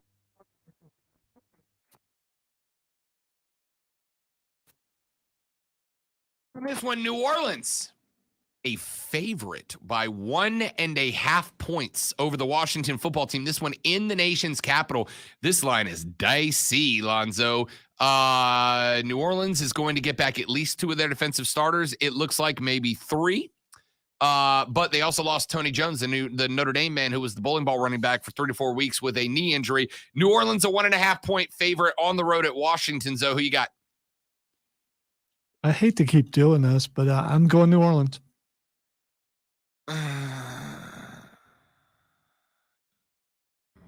Want to pick it? I don't want to pick it. I don't want to pick it, but I have to. I gotta guess. Oh no, New Orleans. New Orleans. Sean Payton's got to stop forcing Taysom Hill though as a passer. That run Taysom Hill had. Did you see that run he had against New York? I missed it, but I saw your comment. Bro, just let him be a running back. Why do we have to keep throwing the ball with Taysom Hill? Tennessee is at Jacksonville. Minus 4.5 point favorites are the Titans on the road. 4.5 points over Jacksonville with everything Jackson's got. I know Tennessee lost to the New York Football Jets last weekend, and that was JETS bad. But all the urban, I think Trevor's getting better every week, and I thought that he looked pretty good in that game. So I'm going Jacksonville. I was gonna make my pick first, but you just took on over. And I'm cool with that. There is you're to go. You hurt you at some point. Let me ask you. You don't like Trevor Lawrence. Do you understand that is exactly okay? I'm not falling for your trolling right now. Ladies and gentlemen, and audience listening who is new to the show and don't know me and don't know Lonzo and don't know his sick, sadistic, twisted sense of humor. Okay. The reason I am mad at Urban is because he is screwing over Trevor Lawrence. So don't bring me down. Who? Okay. Now, yesterday after practice, by the way, when Urban Meyer finally got around to apologizing to the team, because apparently he apologized to individuals on the team, but not the team up front. And then the team was like, yo, WTF, bro. So he apologized to the whole team. Yesterday after practice, as they were doing the post-practice huddle and they were breaking down the team, video was there on the sideline, and multiple Jacksonville Jaguars beat reporters have confirmed this. As the Jags broke the huddle, they said, Lonzo, 1, 2, 3, grind, which is not what they have said to break a huddle down at all this year. In front of Herb, they went 1, 2, 3, grind. Now, there's 2 options here. Number 1, they're all having a good laugh and making fun of Herb, and it's ha ha ha ha. Which is what there's 2 options, which is, you know how when your boy does something dumb, you kind of always bring it up for the rest of life, even though it's your boy, right? Even though it's your boy. Yeah, that's true. You're always going to go, hey, remember that time you went home with, you know what I'm saying? You remember that time? And you never let it go? Or you just flat out make fun of the dude. You just flat out make fun of him with the intention of disrespect. Or it could be that, grind is a word that means you keep grinding towards the victory. Yeah, except they've never said that until stories came out about Herb. Sounds a little nitpicking to me. I think you're reaching. I think you're looking for stuff there. The dance moves are awesome, though, by the way. You think when Urban was being reprimanded by Shad Khan, he just was looking at the mustache the entire time? How could you not? How could you not? I mean, I wouldn't hear anything he said. I'd just be looking at the mustache. How could you not? All right. So I got Tennessee absolutely blowing Jacksonville out of the water. Lonzo's taking 10. Finally, we disagree, and I take the lead. Yes. We got 2 more games in the National Football League. Lonzo, your boys are 2-2. Last place in the division through 4 weeks. And now you got Josh Allen and the Believers coming to Arrowhead, and the Chiefs are a 2.5 point favorite in this one, Lonzo. Can they cover up the field goal against Josh Allen's Bills? Wow, the world is over. The Chiefs are 2-2. They have got to be absolutely the worst team in the AFC West, possibly near the bottom of the entire league. Maybe in history. Yeah, they're really bad. Come on. I realize that Buffalo's really good. But I'm going with the Chiefs. You know I am. That small of a margin. 2.5. You only got to win by field goal. Yeah, I'm going with the Chiefs. Got a pretty good field goal. Cheer up, sweet Eugene. Oh, what can it mean to a daydream believer and a homecoming queen? I believe Josh Allen is going to get it done this weekend. Give me the Bills to win outright and put the Chiefs in a losing record for the first time since. Yeah. And our last NFL game, we got to end with it. Philadelphia in Charlotte taking on your Carolina Panthers. The Panthers in this one, Lonzo, are a 3.5 point favorite in this game at home. That means they are considered to be about 1 point better than the Philadelphia Eagles when it's all said and done. You went first on the last one. I'll go first in this one. I bounce back and forth, and I, frankly, have no idea. I would like to make a contingency, but if Christian McCaffrey plays, they win. If Christian McCaffrey does not play, they do not win, which means that I have to make a guess here. And it looks like it's about 50% whether he will play or not.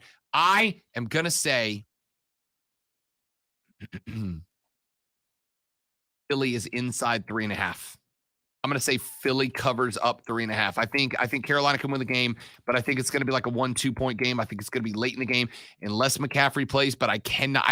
If McCaffrey was going to play, we would have heard some things about him in the last day, and we just have not. Give me Philly to lose, but cover up 3.5 though. Philly's not Dallas. So give me the Panthers. Philly, according to Rashad, if you listen to him really close, Philly's right there. And I watched them play the Chiefs, and they're not as bad as their record. Talking about Philadelphia, but the Panthers are going to bounce back. I got Panthers. Panthers with the dub over the Eagles by 4 or better. When we come back, we make our college picks to end up. It's the Rob Brown Show. It's Rob, Lonzo, and you on ESPN Upstate. All right, so you said cheer up, sweet Eugene, and it's Sleepy Gene. It's like it worked though. It absolutely worked. Once you realize you blow it, you just gotta. To the point where it's like you made me think for a second. Like maybe there's a version where it is sweet Eugene, or yeah. It rhymed though. I was just making sure that you understood that you did that, and I just,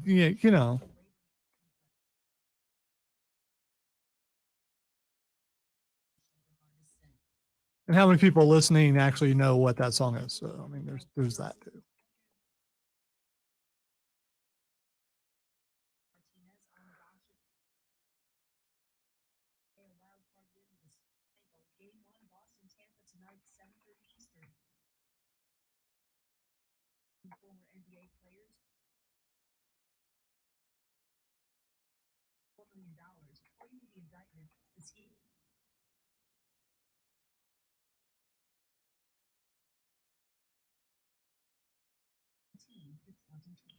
Marvel Studios was planning on giving Chadwick Boseman Star-Lord his own spinoff.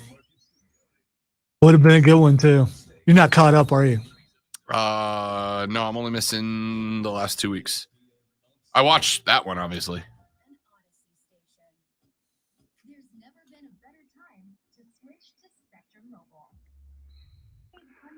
I believe DC fandom's going on right now because a bunch of stuff is dropping. I know that's not that, but I think they're countering with other stuff.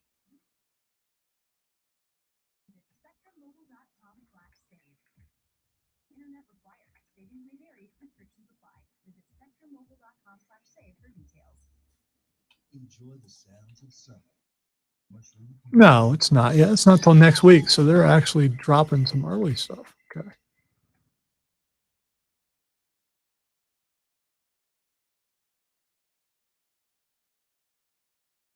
Enjoy the taste of summer too, with amazing hand-tossed pies, cool, crisp salads, over 100 beers from around the world. Mellow mushroom.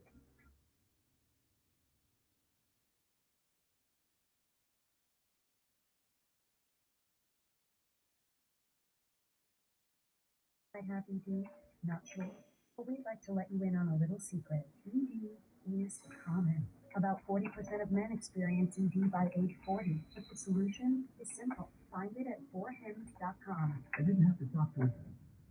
There was no copay. My door in this free package. Hims took care of it. Fast and easy. Now I'm ever. Get access to doctors online who can prescribe you FDA-approved ED medication if appropriate. The same active ingredient as name brands, but 80% cheaper. Skip the waiting rooms and pharmacy lines.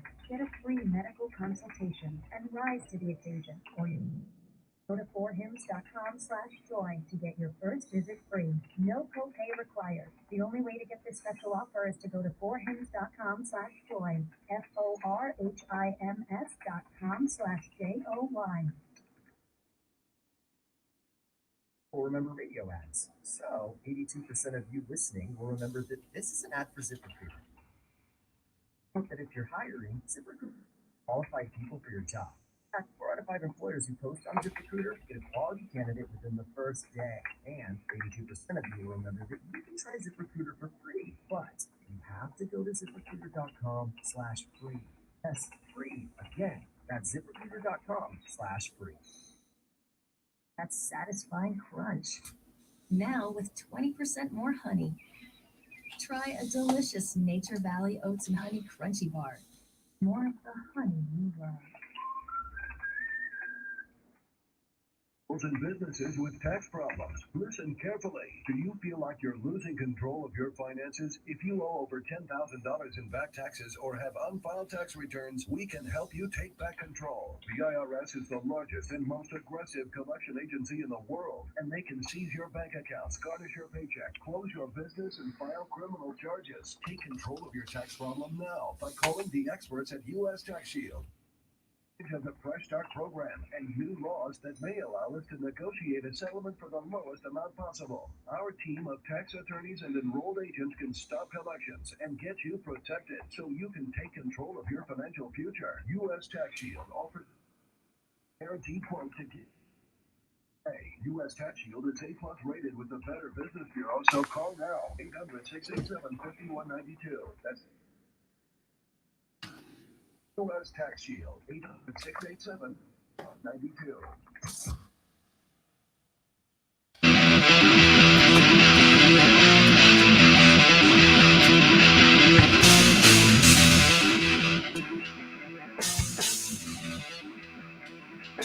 All right, let's run through our college football picks very quickly here. See as many, we get a few in this segment, few in the next segment. Alonzo, I'll let you go first in the college world. Vanderbilt is on the road at Florida. Florida, of course, lost to Kentucky. Georgia absolutely destroyed Vanderbilt. Was it like 62-0? Florida has got a line here, Zoe. At home in the Swamp, 38.5-point favorites. Go the Gators.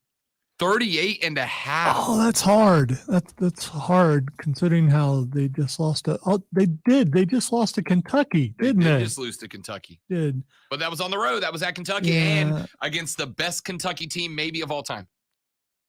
I need to send a message to Diesel so he can tell the person he works with that happened because he may not know. I suspect the listeners of that show have reminded him multiple times. All right, I'm going to go.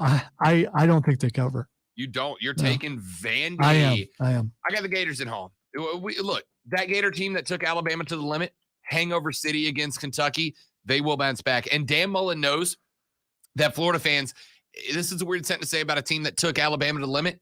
Florida fans are running out of patience. When you expect to win the East at least, and you lose to Kentucky, now we find out where you are mentally.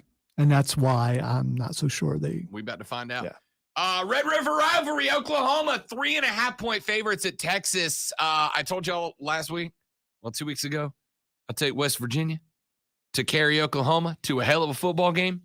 I'll tell you right now, Texas is going to give Oklahoma a football game. That being said, they are just shy. Spencer Rattler has got to get to a point where he starts to figure it out. And last night, Jim Ross said Oklahoma was going to beat Texas. And if you can't believe Jim Ross, who can you believe? Give me the Boomer Sooners to barely cover, Lonzo. Barely cover. I'm going with Oklahoma also. Oklahoma where the And comes sweeping. down I'm lost there. the Plains. The We Plains. were so close, The Lonzo. Plains. We almost had it. Oklahoma Scotty is going to be texting into the show. Very disappointed here. Hey, improvement. Improvement. That's what improvement. Arkansas is at Ole Miss. Lane Kiffin's boys, get your popcorn ready. They are 5.5-point favorites over an Arkansas team, by the way, that just about 2 weeks ago was expected to give Alabama a fight. How'd that go? Not great. Not good at all. Arkansas is at Ole Miss. Lonzo, I'm going to take a chance here. Take a chance on me, says Lane Kiffin. And also, Abba, give me the Rebels. Lonzo, Ole Miss at home. Lane Kiffin realizes that he took a chance at notoriety with the get your popcorn ready comment. It backfired. He's got to put himself back up towards the top of the winning streak. Give me Ole Miss at home. I'm going with Ole Miss too. And don't ever say songs your mom listens to ever again on these airwaves because you just threw out some ABBA, man. You are dancing queen, Lonzo. West Virginia, almost heaven at Baylor. They gave Oklahoma a hell of a game last week. Baylor at home, 3.5-point favorites. Lonzo, I need you to know before you make your pick, and I'm going to go first on this one. I need you to know I am undefeated with West Virginia this year. I am undefeated with West Virginia this year, and I'm riding with the ears again. West Virginia gets it done on the road. They beat Baylor outright at home, Lonzo. Baylor, 3.5-point favorites. So you got? I'm going with West Virginia also. You're just following me around now, which for this pick, I suggest you do because West Virginia and Rob Brown are rolling undefeated deep. Georgia is at Auburn. Georgia, 16.5-point favorites on the road in the Plains, Opelika, Alabama. The War Eagle Tigers had a good win on the road at LSU last weekend, though. Lonzo, Georgia 16.5. I know that was a tough one. Georgia 16.5-point favorites. Who you got on the Plains? Who was it again? You could just Georgia and Auburn. Okay, because Georgia 16.5. you mentioned. I mentioned LSU because Auburn beat LSU at home in Baton Rouge. I'm going Georgia. Yeah, I am too. Sorry, Keegan. I'm sorry, Keegan. Don't be mad at me. Finish the rest up when we come back. Or in the next segment. Or after that. Who the hell knows? I've lost track. Mark Richt has lost control of the show. I'm Rob. He's Lonzo. It's ESPN Upstate.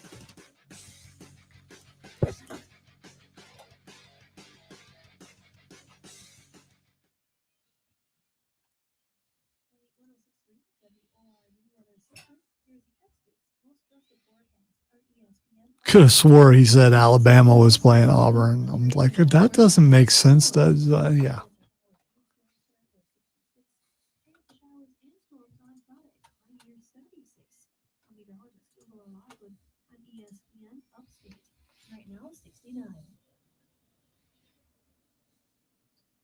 Sunday on Compass Media Network's coverage of the NFL. It's a Week 5 showdown between bitter NFC East foes as the Dallas Cowboys host the New York Giants. Hi, this is Jerry Recco. Join Kevin Ray, Danny White, myself for all the action. I agree, Keegan, and I know you're talking about what if. And dude never catches up on anything, so we can't talk about it. So annoying.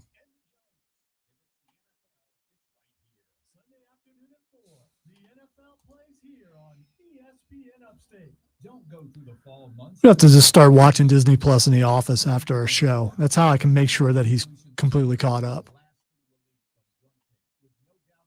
No surgery, no steroids.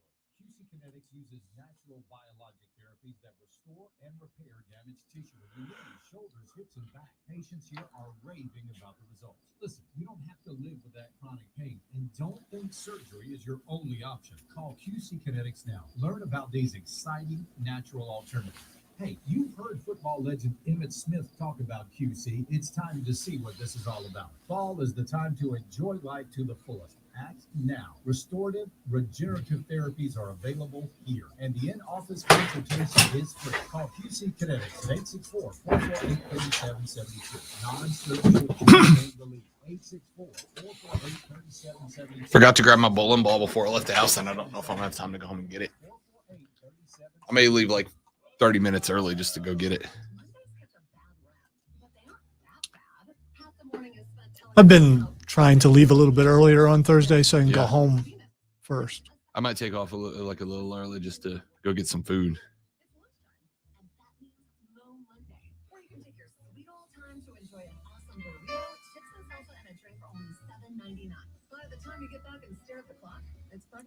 I know the majority of the people who missed last week will be there this week. So, because most of them Cameron brought. He brought a bunch of buddies from work and they're all coming back this week. This study is testing an investigational medication to help cut down the use of marijuana. Evaluation and procedures are free of charge. Compensation up to $1,210 is provided. Strictly confidential. If you're interested, call 864-898-2. I think we're gonna be okay because this is a piano remix, but Let's go say don't get us. it's not. Somebody identify this song for me.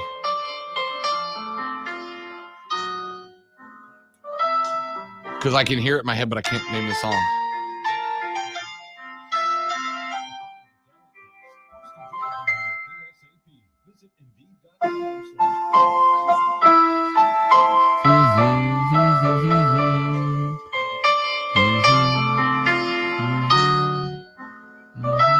Can anybody identify this song for me? Anybody, please? I'm begging you.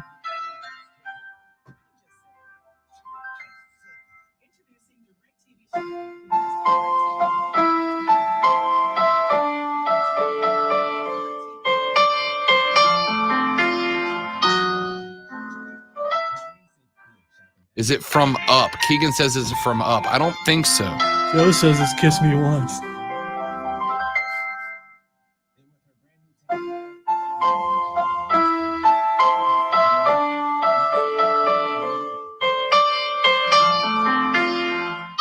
If it is indeed the Up soundtrack, then you just got us flagged. It's not, but it's a piano cover. It's not Okay. going to get tagged because it's not going to meet the metric. Oh. Disney folks be watching. If you owe over $10,000 in back taxes or have unfiled tax returns, we can help you take back control. The IRS is the largest and most aggressive collection agency. I can't figure it out. And they can seize your bank accounts, garnish your paychecks, Shazam it. business, and file criminal charges. Take control of your tax problem now by calling the experts at U.S. Tax Shield. And I want to know what this song is that. I would suggest you go down the hall after the show's over to the two people down there who can identify just about any song ever created and see if they know what it is. Ask Mark. He is hot for Disney princesses. I'm sure he can name the song.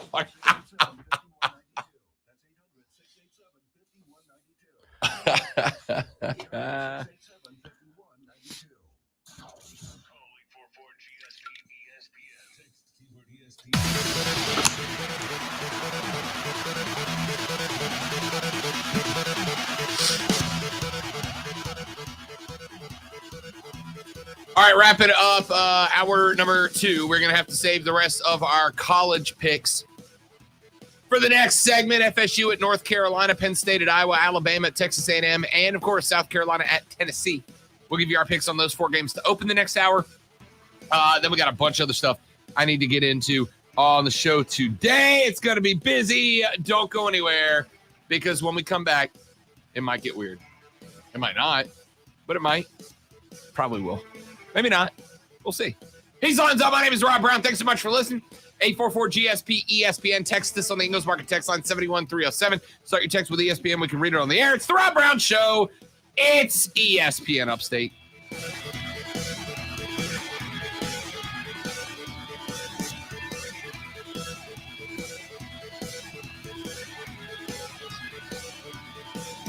Our buddy Oklahoma Scooty was listening, and he texted and said, embarrassing. And I said, yes, most of my career is.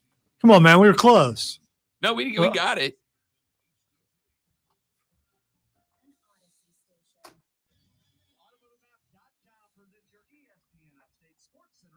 powered by the Score. The NASCAR Cup Series running at the Charlotte Motor Speedway road course on a Sunday. A number of drivers trying to get into the bottom portion of the round of 8. Right now, 12 drivers alive for a Cup Series championship. Denny Hamlin is the only driver who has officially advanced to the next round, while Kyle Larson, Joey Logano, Brett Keselowski, Martin Truex Jr., Ryan Blaney, Chase Elliott, and Kyle Busch all remain above the cut line. However, Kevin Harvick is only 9 points behind Elliott and Busch, so you think drivers will really be contending for 2 spots. Christopher Bell, William Byron, Alex Bowman, all well back. They would have to win on Sunday to advance. Download the Score app today. Lightning fast sports alerts so you never miss a thing. It's why the Score app is one of North America's most popular sports apps. ESPN Upstate Sports Center update. I'm Matt Pauley. Heard the Rob Brown. He's winning Junior.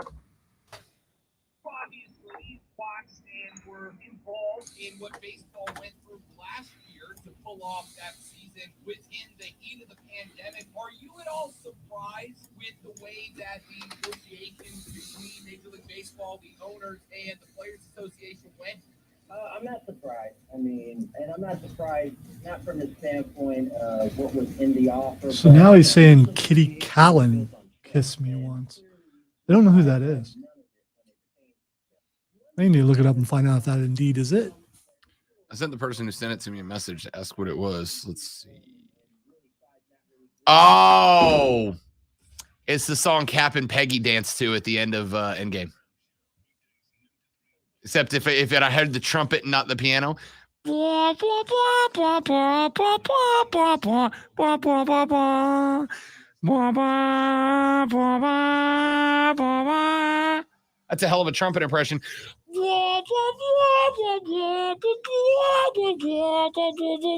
I would say we could ask an expert, but we probably have went too far with that today.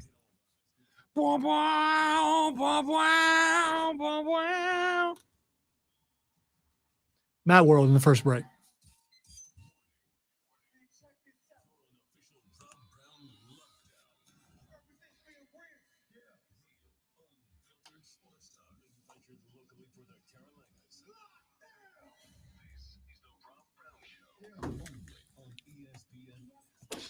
Hour number 3, the best, the final, the money hour. The Rob Brown Show starts right now. This is ESPN Upstate. Hello, Upstate South Carolina. Thanks for hanging out. Thanks for being a part of the show. Thank you for hanging with us. I am Rob Brown. Directly across from me, the pinnacle of professionalism, the great one himself. He is Lonzo at the helm.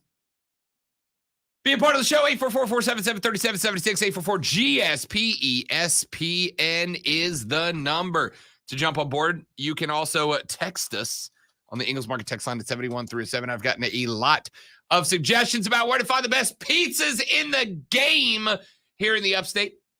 I've gotten suggestions from Spartanburg and the Ville down to Clemson. I need a Columbia suggestion as well. The lady friend will probably have that one, but I'll listen to y'all's. Texter says, ESPN, make sure you get an air fryer with shelves. My wife got one that you load from the top. It sucks.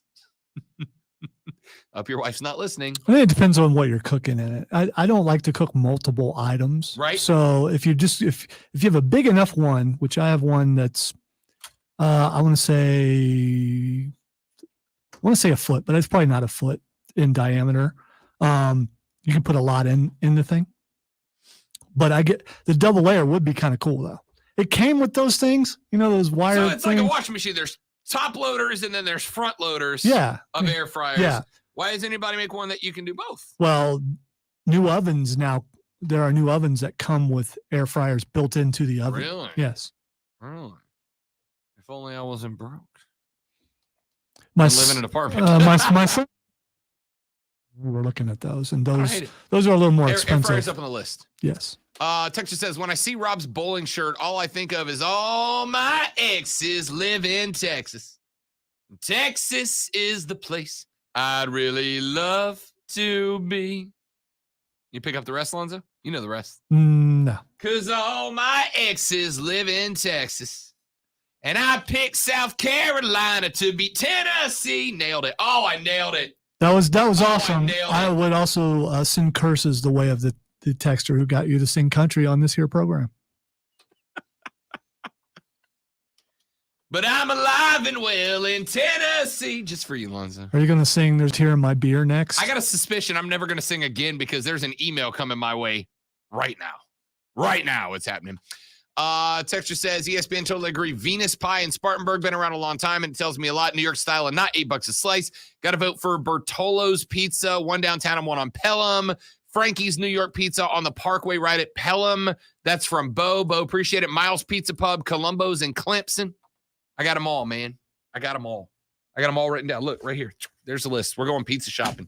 Perhaps, We're going pizza shopping. Perhaps if there's an enterprising salesperson who just happens to be listening to the program. I mean, just saying. Have vehicles, will travel, even have matching shirts. Just say. Correct. Let's finish our picks, shall we? We got 4 more college picks to make, and then we're on the record. Lonzo, the Florida State University, got their first win last week. Took down the mighty Syracuse Orange on a walk-off field goal in Tallahassee, Florida. You mean Clemson's next opponent? That is exactly what I mean. Clemson off this week. Take on Syracuse on the road next week. Good thing they have that extra week to prepare. Really? Get some good game film out of Tallahassee. Florida State's on the road at North Carolina, but North Carolina, Lonzo. Oh, God. Is North Carolina the most disappointing team in college football this year? After all that hype, all that stuff you put behind it? I was in. That's what I'm talking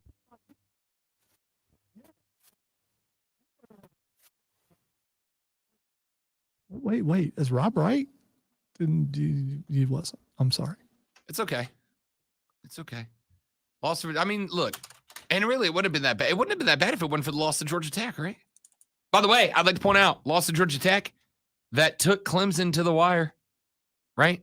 And did it in Clemson Stadium. Yeah, but how much is that really saying this year? I don't know, but I'm buying all the goodwill I can possibly scrape up off the floor of my picks this year, all right? North Carolina, 17.5-point favorites over Florida State. Lonzo, I'll go first. I got no freaking idea who to pick here. I genuinely have no idea who to pick here. On one hand, FSU is 1-4 and lost to Jacksonville State. On the other hand, North Carolina got smoked by Georgia Tech. Georgia Tech, by the way, the same Georgia Tech, Lonzo.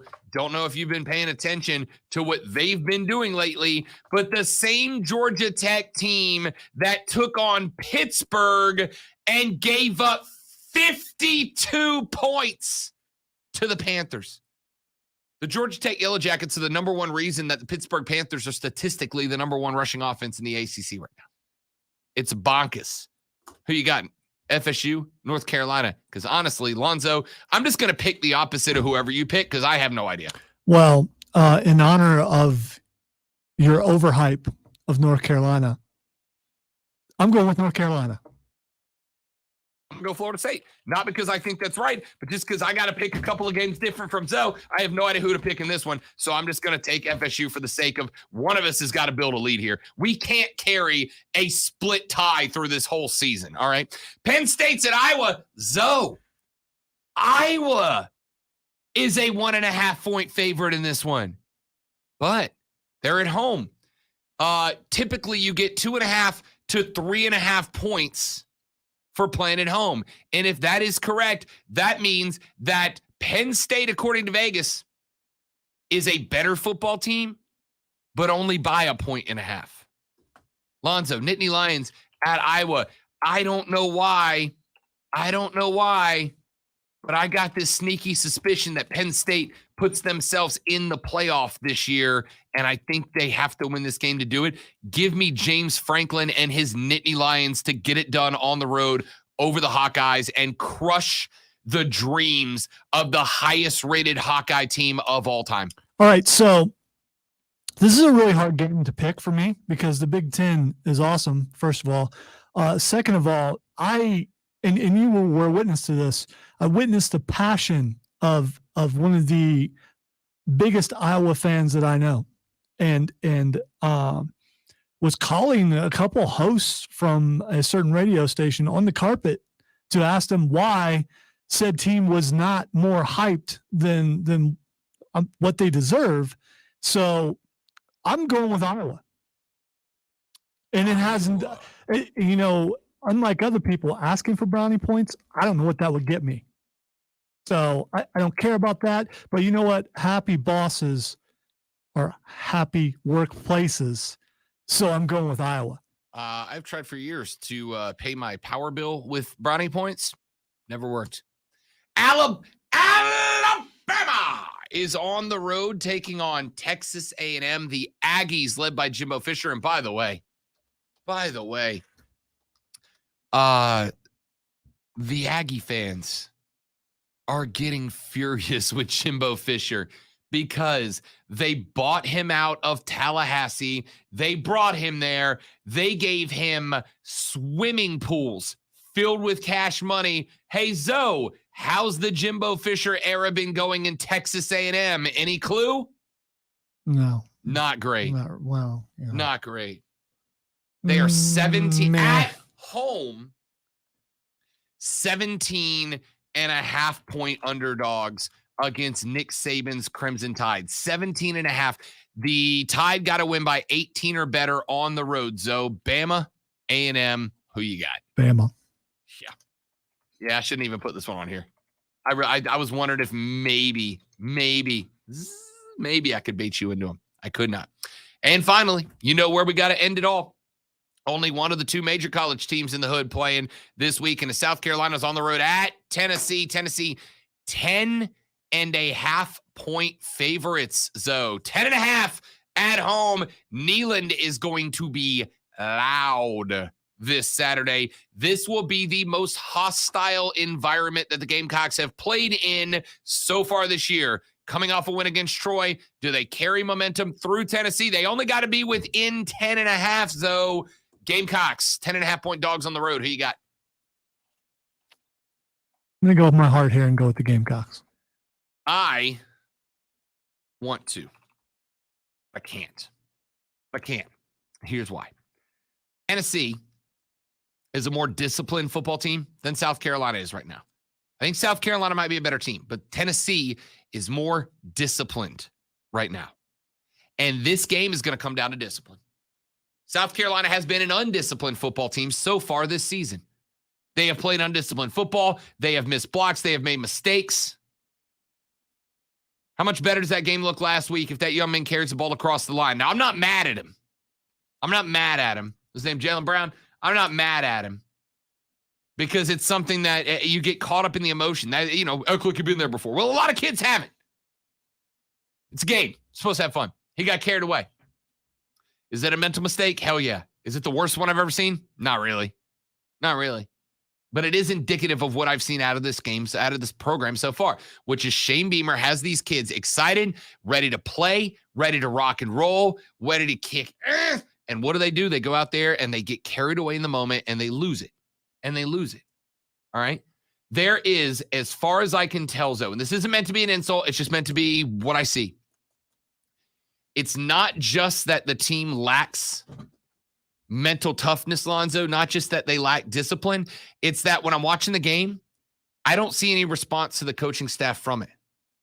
I don't see them getting on to kids that are making the mental mistakes. And I'm not saying like grabbing the face. I'm talking about getting in their face and coaching them up to stop making the mistakes. The mistakes have continued week to week to week to week. The ball looks fine, or at least getting better. But it's the same mental mistakes from week to week to week to week. Going on the road to Neyland, when that stadium's going to be as loud as it is, mental mistakes will kill them in this game, and I'm worried that's what happens. Tennessee wins by 11 or better. I think it really comes down to you're taking over a team that was coached by Will Muschamp for a while. There are certain things you can fix. There are other things that aren't fixable till you bring in new people. Okay. When you get an attitude, when you get a mentality, sometimes it's hard to have that broken. Sometimes the best thing to do is to get rid of the elements that still are like that and bring in people who are like-minded with you. Concurred. And listen, I think it's going to take. We knew this was a building process, right? What did we all say coming into this year? 6-6. Get to a bowl game, right? Get to a bowl game. Here's a problem that you have. All that being said, would you be shocked if they beat Tennessee, though? No. Yeah. No, I won't. See, that's the I thing. won't be shocked. I'm not expecting it, but I won't be shocked, right? I won't be shocked if they beat Tennessee. They should beat Vanderbilt, okay? You should beat Vanderbilt. Vanderbilt's not even as good as ECU right now. You should beat Vanderbilt. I won't be shocked if they beat Texas A&M. By the way, Texas A&M's a cult. Just like to go on the record and say that. You ever been to Aggieville? It's a cult. It's not a college football fan base. It's a cult. It just is. Won't be surprised if they beat A&M. Florida's got to come up to the swamp. Florida lost to Kentucky. Kentucky and South Carolina had a game. You're telling me South Carolina couldn't? I'm not saying could not knock off Florida? That's a maybe. I wouldn't be shocked if they beat Florida. They go to Mizzou. Tennessee just put a 60 burger on Mizzou. South Carolina can win that game. I don't think they can beat Auburn. Auburn just went into Baton Rouge and knocked off LSU. I don't think they can beat Auburn. And then Clemson, South Carolina is in Willie B this year, though. It's in Willie B. You telling me right now?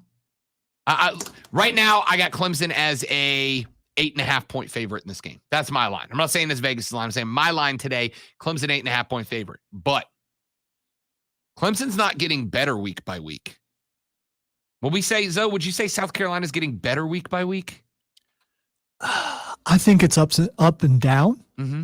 But I think with every dip, they come back stronger and a little bit better. The old 2 steps forward, 1 step back, but then 2 steps forward routine? Like 1.5 steps back. 2 steps forward, 1.85 steps back, 2 steps forward. I don't know. South Carolina could catch Clemson by the end of the year if the mental. Here's the problem. I said it comes down to one thing. It comes down to one thing. You have mental mistakes that are killing you right now. They are. And your offensive line's bad, but the mental mistakes are killing you right now. You clean those up between now and Thanksgiving weekend? I don't know, man. Might be a little something special for you at the end of the year. South Carolina's got 2 wins in the books right now, right? 2-2. You got wins on the books. You got the Eastern Illinois win. You got the ECU win. And you got the Troy win. Sorry, 3 wins. 3 wins on the books. You got to take 3 out of Tennessee, Vandy, A&M, Florida, Mizzou, and Clemson. Is there 3 wins out of that group, Lonzo? I'm taking Auburn off the list. I don't think they can win that game. Although it is in Willie B. Who knows? Is there 3 wins between Tennessee, Vandy, A&M, Florida, Mizzou, Auburn, and Clemson? Is there 3 wins in there? I'm going to go with yes. It's not an easy yes, but I'm going to go with yes because I believe that they're going to improve. It wouldn't shock me if to get that 6th win, they would have to win that last game of the season. And a year ago, my statement would be laughed at. Right now, it's still being laughed at by unrealistic Clemson fans who aren't really looking at their own team and realizing that you and South Carolina are pretty even right now. I'm not ready to go. Clemson has a stellar defense, but they are starting to get injured. If they can stop the injury bug, they're fine. But if they continue to get injured every week, eventually that defense is not going to be so good. I am not about to say that Clemson and South Carolina are equal. They're not. I love you, Gamecocks. I'm in your corner. You're not. What is Clemson's record? 2-2. I think it's 3. 3-2. Why am I doing that again? I don't know. Because I'm still off from last week. Yeah, I'm off from last week. So they both have the same record. We can do that thing where you look at opponents. Mm-hmm. Who do you think who has went up against more difficult opponents? South Carolina. Maybe. I mean, Kentucky. They both went up against Georgia. Yeah, and South Carolina. Kentucky's a top 16 program. Yeah. Troy and ECU are both up towards the top of the groups they're in. Clemson had Georgia as well. And then who else would you consider dominant on Clemson's schedule? I mean, it may mean it means absolutely, but it means a little something, doesn't it? Especially between rivals. It means something. SC State, Georgia Tech, NC State, and Boston College. Not a murderer's row there. You know? I don't know. I don't think either one of them has it. Well, Here's what I'm saying. you look at one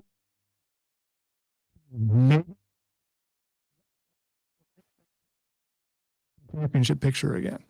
I'm going to give you here. Let's play it this way. Let's make it easy. I am sending a team out against Georgia.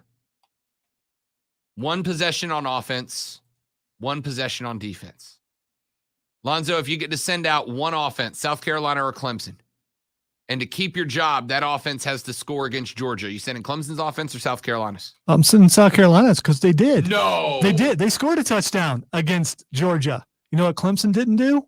They didn't score a touchdown against Georgia. That's fair, but also they didn't have Kobe Pace running the way Kobe Pace is. And here's also offense is better today. Here's another difference. South Carolina played them later than Clemson did. Clemson had them first. Georgia wasn't even really Georgia yet. Yeah, but Clemson wasn't really Clemson yet. Well, It's not infinitely better. Yeah. What are they? What are they? All right, defensively, you got to stop Georgia. You sending out Clemson's defense to South Carolina? I'm sending out Clemson's defense. Correct. Special teams. Who you picking?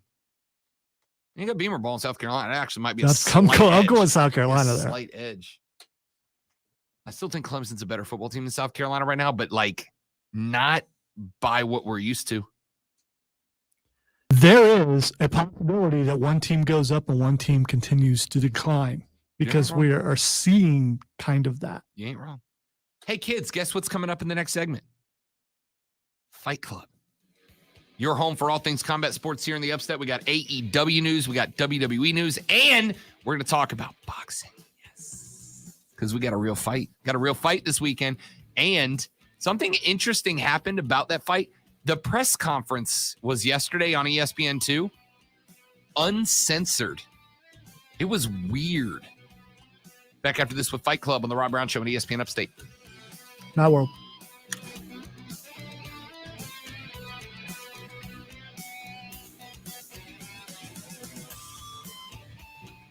Mad World is open and ready to frighten you this Halloween season. Look, it's getting fall outside. It's getting a little nippy outside. And Halloween, my friends, is just around the corner. It's time for a fright. Don't you agree? That's why you got to go to Mad World. Mad World has more sets, more actors, more props, more effects, more scenes, more to do than ever before. This ain't your grandpappy's haunted house, y'all. This is a haunted house and a haunted hotel and a haunted forest. It's bonfires, it's concession stands, it's live music, it's food, it's drinks, it's photo ops, it's carnival games. It is a time. It's like a demented fair. And I love it. You will too. Check it out. Plus, the Ghost Town Mini Golf is open this year for the first time. Zoe and I got to play that. I beat everybody in the radio station. Go to MadWorldAttractions.com. MadWorldAttractions.com. Get your tickets online. Don't wait till you show up at the gate because you never know what day you're going to roll up to the gate and the line's going to be out the back and you're going to go, come on, man. I just wanted to go in. So go to MadWorldAttractions.com. MadWorldAttractions.com. Get your tickets now to the 2021 edition. Bigger, badder, and scarier than ever. It's the 2021 version of Mad World.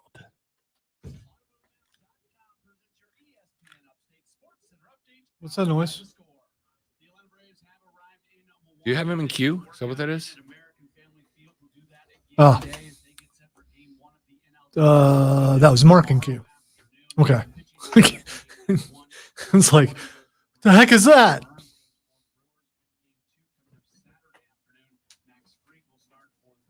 Go ahead and throw a bottle now. One shot wonder. All right, we need to go throw some axes. I have like $45 worth of axe throwing gift cards to the one that's at there's like a little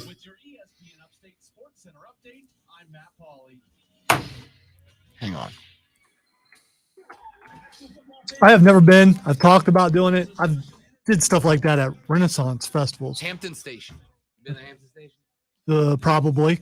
Okay. It's over towards the far side of or the other side of Greenville from where we are, and it's really cool. It's like these couple of long buildings, and there's like bars and restaurants, but like locally owned bars and restaurants, and like craft stores and garden stores and all mixed up. And there's an axe throwing place right in the front. And anyway, I donated blood with the Triumph a few weeks, well, I guess a couple of months ago. And they were giving away gift cards. And I was like the last person. And the guy from the place was like, "Hey, man, you're the last person to give blood." And I was like, "Yeah." He's like, "Here, well, I got all these extra gift cards." And he just gave me like $50 worth of gift cards. He's like, this will give you a couple of hours for free. I was like, "Oh, sweet, let's go." I've been trying to get the lady friend to go with me, and we just haven't been able to put it together yet. So you might be the beneficiary of that. You get qualified candidates fast. So while other companies might deliver a lot of With that many, I mean, I don't know if you want to do this or not, but we could challenge that other show to an axe throwing contest. Them. They ain't picked up on one challenge we've laid down in a year and 8 months. That's true.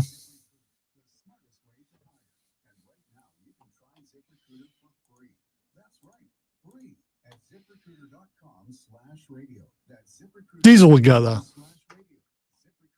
Diesel would go just because it's destruction. Yeah, it's throwing sharp, pointy objects at something. Well, they're not pointy, but you know. Well, they do have points, depending on.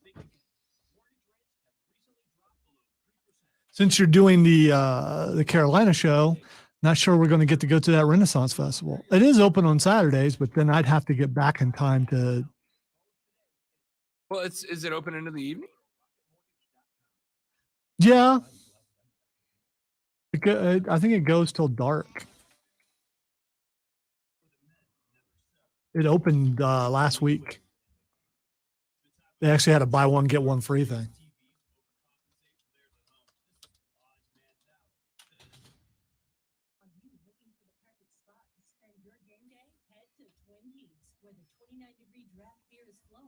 Kitchen is bursting with made-from-scratch fan favorites, and the game is blasting from every angle.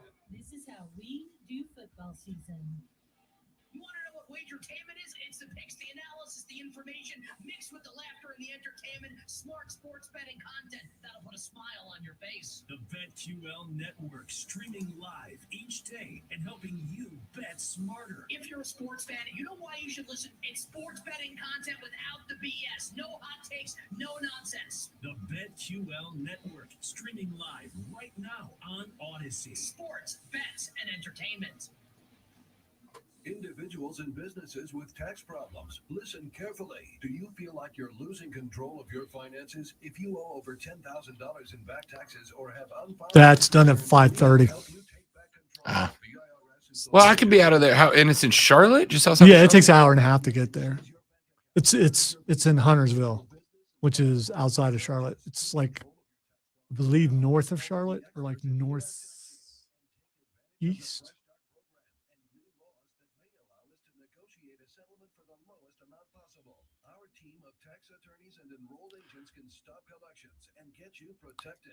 Saturday might be actually a better day for me because we could get back. I don't know.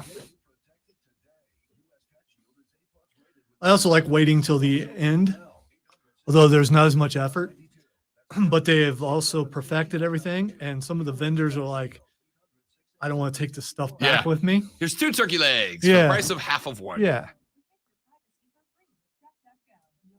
It's not cheap. It's frugal. Well, I'm cheap.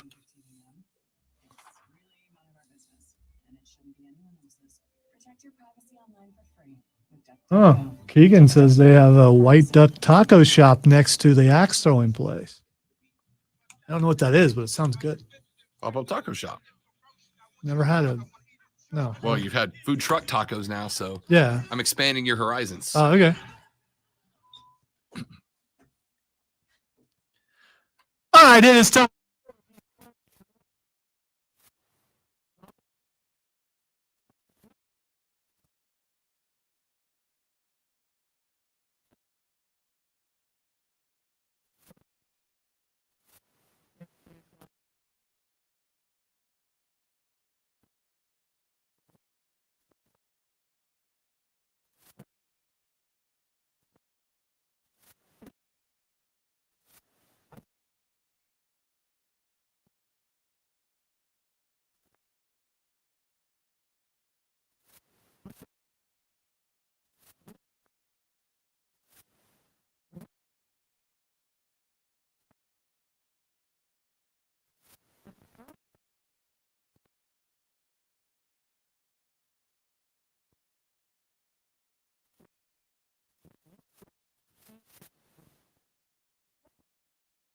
Yeah,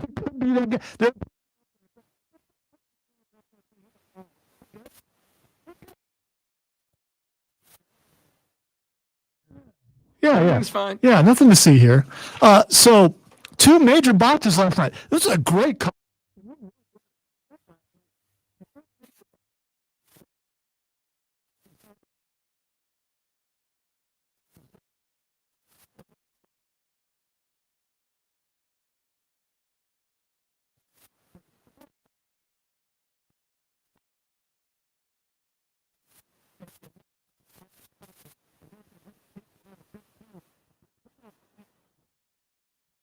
There are two things when that happens, and I did notice it, and I did kind of be like, "Oh God!" And look, Luchasaurus is a big dude. Yes, he is. He's a big, awkward dude to pick up in that spot. It'd have been a great spot if it worked. There's 2 things I hate about that spot. Number 1, when the announcers go, "Didn't get all of it," when it's a clear miss. Yeah. When it's a clear miss, right? It drives me nuts. Second thing is, and this is one thing that they laid him down. Yeah, it's tough to do this in the moment as a wrestler, because I used to be one. When a guy misses on a move, right? He does the double foot drop kick and it goes 3 feet by your head and you miss. Don't act like you got hit, right? Yeah. Because we all saw you didn't. So when he misses your head by 8 inches and then you go to ground like you've been shot by a sniper, it's awkward. It breaks the disillusion. It breaks the suspension of disbelief when he just whiffs on you. Just reset, right? Just duck it out. Act like you're a cool ninja guy because you got out of the way of the kick, and then reset where you're going. In this case, the young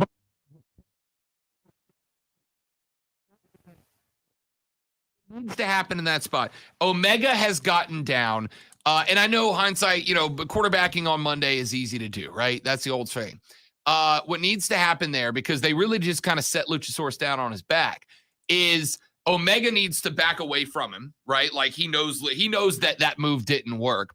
Lucha needs to start getting up, and the Young Bucks need to just both super kick him right in his head and knock him back down. Then you go, now there's a reason, because what happened was Omega and the Young Bucks stayed up, and Luchasaurus just kind of like rolls to the side of the ring. Like he got hurt. They didn't do anything to you. Yeah. Why are you rolling around?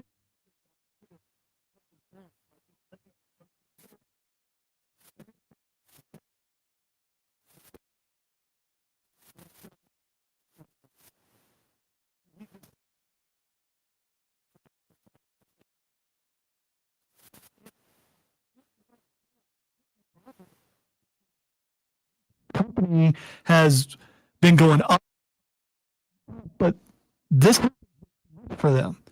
And we talk about mental. Is this just a mental error? What is this? Is this do they have too much control that they can't fix it? I don't think that's what it is. And I can't believe the moment is too big for the people that it's happening to.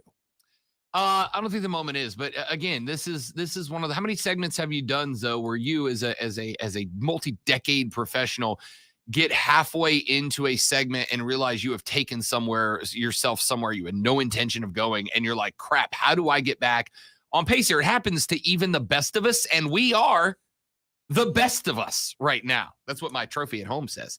But it's going to happen. The problem is, this is what happens when you are, a ladder match is, from my conversations with wrestlers in the past, a ladder match is like 85% improv and 15% scripted. There's chunks that are scripted. There's chunks. I'm guessing a battle royal is the same way. In fact, even more. Battle royals are like 95% improv and 5 to 10% scripted. Like in a battle royal, they'll go, okay, A's eliminating D, C's eliminating X, X is eliminating Y, etc. But then they tell the guys, but go out there and put the show on, right? Go on. And those guys can work out their own spots about who's eliminating who, how, and when. In a ladder match, it's like they will set up longer sequences of moves. But there's also obviously the destination of, okay, Moxley is going to get knocked off the ladder. Well, if Pac forgets that he's supposed to halfway climb the ladder and they're supposed to take each other off at the same time, and he's off in a scrap with Andrade and Moxley's up there, Moxley has to figure out, how do I not win this match, but make it look like I'm not being an idiot? The way I'd have Moxley play that is, remember, dude, you're the lunatic. Turn around and dive off that ladder onto somebody. Yeah. Find the nearest guy and turn around and give him a cross body off the ladder. Don't just go, ow, and fall because that makes no sense. And here's the problem. The main problem with that.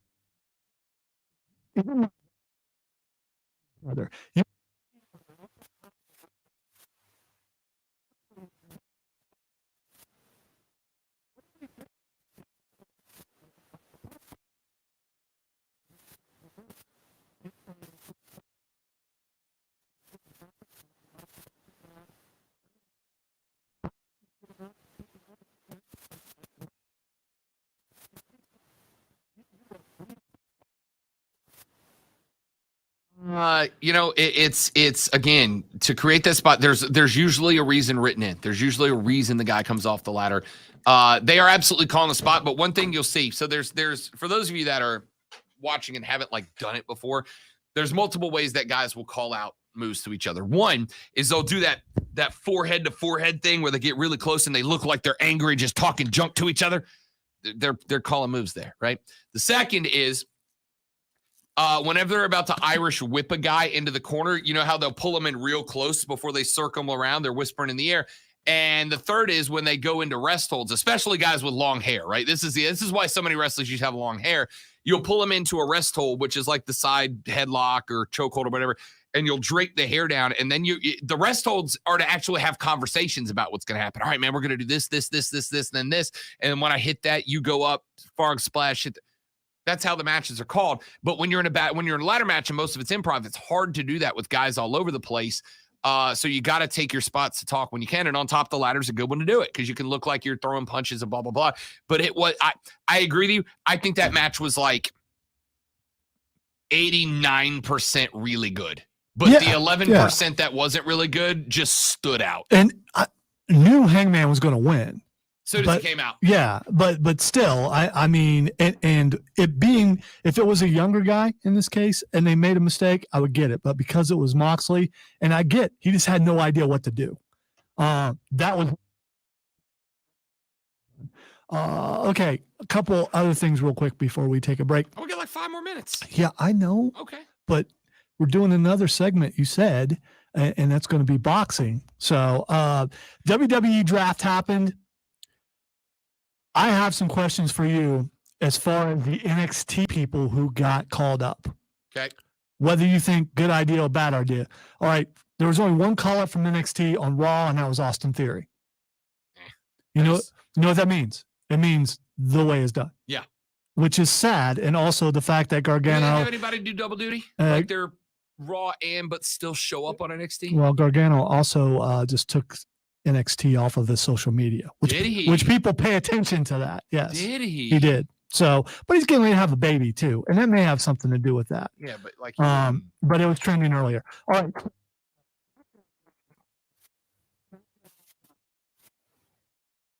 Placed it with pro wrestler, Yeah. which you don't say wrestler if you're in WWE. Gargano might be done. He might be. All right. So, Rich Holland getting caught. He's got potential. And he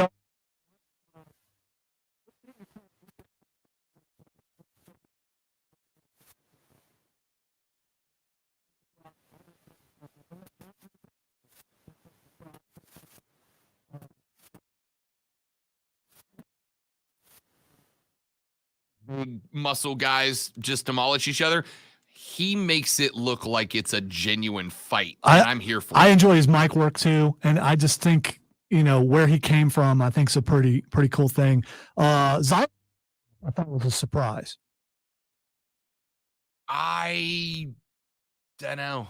I don't know. Where does she? She hasn't been on NXT for a while. She hasn't been on NXT in a while, but you think she has? I think she has. I think she's been in wig and makeup, because the person in that chair got shorter. I don't know. I see what you're saying. Yes. You think she took that role? Yes, I do. Okay. Which means that. Yeah. If that's true, and that's because I loved how that was going. All right, and then moved up That to one caught me by SmackDown. surprise. And here's the thing. I had some people me on the show Saturday about this that were kind of shocked about it.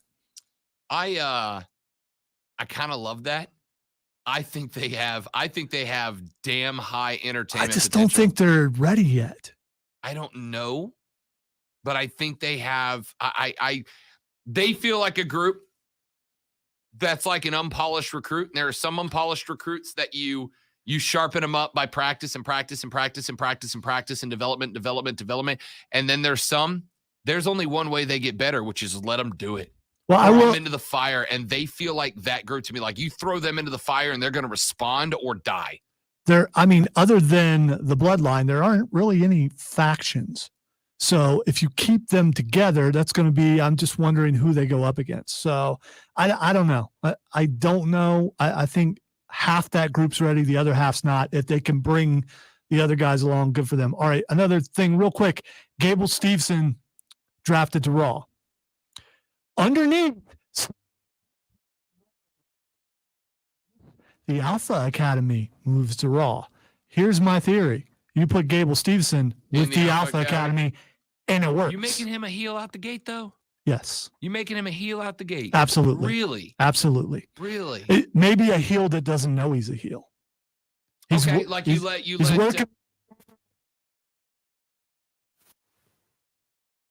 positive in the way that he's doing it, so the young, naive, wet behind the ears new guy doesn't recognize that he's being used, and then him and Otis tag team together. Yes. Sorry, Tucker. Yes. You've been replaced. I just, when I was looking at the drafts and I saw that, I was like, wait a minute. I don't remember them saying anything about Alpha Academy coming there. It just makes sense to me. It may not happen because, as you said many times, WWE doesn't make sense. So we'll see. All right. We got to do this because we're not done with combat sports. But when we come back, it is time for your main event of the weekend when we have a massive boxing match. But Lonzo made more interesting because 2 weekends ago, there was a huge upset. Huge upset. We're going to talk about it both when we come back on the Rob Brown Show on ESPN Upstate.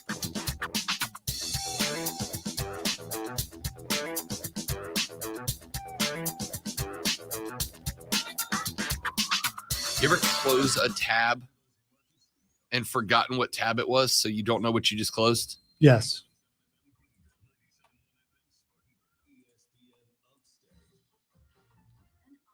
Hulu is getting a made-for-Hulu Hellraiser movie.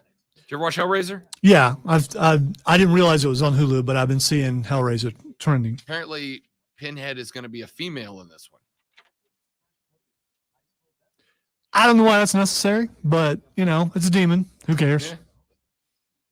And considering the premise of Hellraiser and that particular demon, it's kind of like, I'm intrigued why they haven't made. If you see how, at least one of the Pinheads, how he got the net.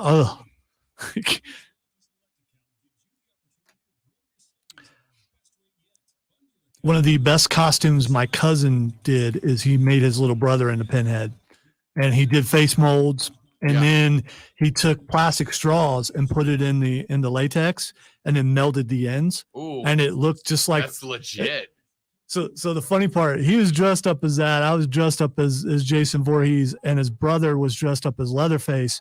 We were sitting in a restaurant called Friendly's. It was like at 1 a.m. and then he starts pulling his face off while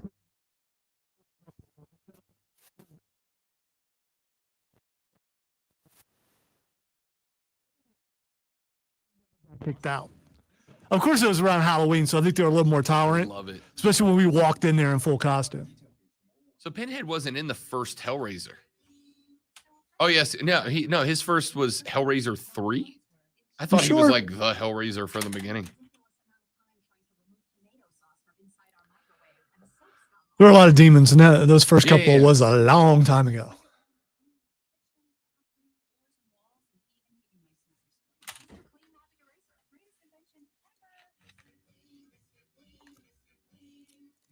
By the way, it was my cousin who drew my poster for me. He's the one who did that. Guy. Yeah.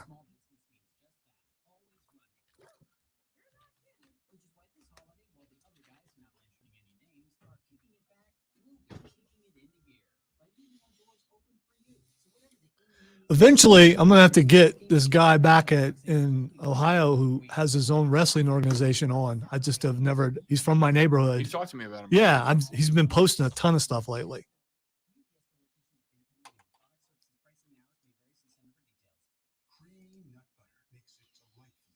I think a lot of it has to do when you haven't talked to someone in a while and you're not sure how things will work on air. Individuals and businesses with tax problems. Listen carefully. Do you feel like you're losing control of your finances? If you owe over $10,000 in back taxes or have That'd be a good idea, Keegan, but it'd be over by the time my show starts. So I can be mobile though.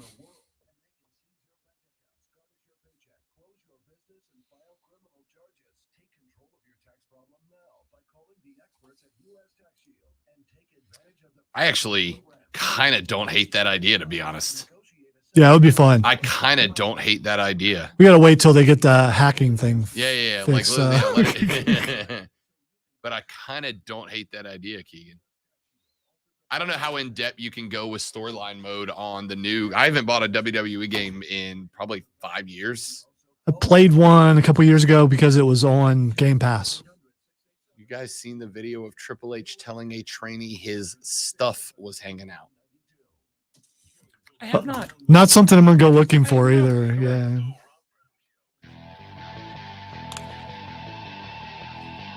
So we've had two major, had one major boxing news incident, and then we got another one lined up coming up on Sunday 2 weeks ago. Not this past weekend, but the weekend before. Anthony Joshua is a name that you have heard a number of times. And a part of the reason you heard is because he was supposed to be the next opponent of one Tyson the Gypsy King Fury, who is arguably the number one heavyweight boxer in the world, though Anthony Joshua was heavyweight champ. Anthony Joshua went up against Alexander Usyk, and Usyk, who was giving up 3 inches in height, 4 inches in reach, and Lonzo 20 pounds in weight to Anthony Joshua. He was a former undisputed world cruiserweight champion. He is a technical master, and he finished Anthony Joshua. Took the decision from him. Joshua finished the bout, slumped against the ropes. His smaller underdog foe was just throwing. He could not finish it. He was looking for a dramatic finish, but it didn't matter. Usyk claimed the WBA, IBF, and WBO heavyweight titles after he was given the nod by all 3 judges. 117, 112, 116, 112, and 115, 113 were a reward from a technical masterclass for Alexander Usyk, who became only the 3rd fighter after. Here's the trivia contest for you, Lonzo. This was actually a question in my trivia game last night. Alexander Usyk became just the 3rd fighter to ever be both a cruiserweight champ and a heavyweight champ. The first was Britain's David Haye. This American was number 2. Who is it? Any guess? My guess was Roy Jones Jr. That is not correct. He never won cruiserweight. So this Marvin Hagler. Evander the Real Deal Holyfield. Okay. See, I kept thinking that and Riddick Bowe kept coming up in my head. No, it wasn't him. Nope. Anthony Joshua was obligated to face WBO mandatory challenger Usyk after a bout against Fury fell through. Fury's fight, why? Because Tyson Fury has been called to the floor for a rematch, because in their last fight, Deontay Wilder, who was from Alabama, had a first right of refusal for a rematch clause with his for a 3rd fight, a rubber stamp clause, if he lost to Tyson Fury. And then there was a threatened lawsuit. Correct. So, yeah. He said, I want the rematch. Tyson Fury said no. Anthony Joshua fought and threatened a lawsuit. Tyson Fury, I think, realized, damn, it's in the contract. I don't really have a choice but to do it. Took the fight. That fight is now on Saturday night. It looks like the winner will end up getting their opportunity to fight Alexander Usyk down the line for the IBA and WBO heavyweight championships. Somebody asked me yesterday if I thought that Tyson Fury might lose this fight to Deontay Wilder. And here's what I'd say. 85% chance Tyson Fury, 15% puncher's chance for Deontay Wilder. Wilder, in that last fight, I truly believe there was something off. He made the excuse of, my costume and my mask was too heavy. Yeah, it was just way too heavy. Yeah. But I think there was something off about him. He did not seem to have the same right-hand power that he had in the matches previous. Remember, in the first match, he knocked Tyson Fury down, I think, twice and stumbled him a third time. He's got massive right-hand power. With Deontay Wilder, if he's in it, if he still has it, for a while, Deontay Wilder had massive, bombing right-hand power. And in that last match, he just didn't have it. So the question was, though, was that a one-off night where Deontay just wasn't in the best shape? Or did Deontay lose the power between fights 1 and 2? And if he did, Tyson Fury's going to wipe the floor with him this weekend. But if Deontay's still got that right-hand power where he can just get that one cross in that stumbles Fury, when Fury gets stumbled, he gets over-aggressive and he makes mistakes. And that's what Deontay Wilder is praying happens. Well, at the same time, you could say all that about Tyson Fury, but look at the kind of shape he was in that first fight, and look at the kind of shape he was in this last fight. Sure, he's much better. And he's still.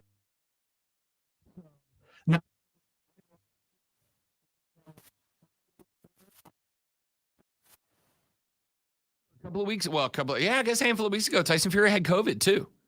He's only a handful of weeks, a month and a half removed from having COVID. I'm not saying that will have an impact. I'm saying, well, it hasn't. Correct. So correct. The fact that he's still able to take this fight makes you believe that probably he's okay. So who you got? I'm taking Tyson Fury to win. I mean, betting man money is going on Tyson Fury. But much like we said earlier, if Deontay Wilder wins this fight, I will not be shocked. Yeah, I will not be surprised. I'm taking Tyson Fury. That's where my money goes. All right, so but I'm pulling for Deontay Wilder. If Wilder were to win, is it an early round or a late round? I'm gonna say mid round. I think he's got to stumble him because you're not going to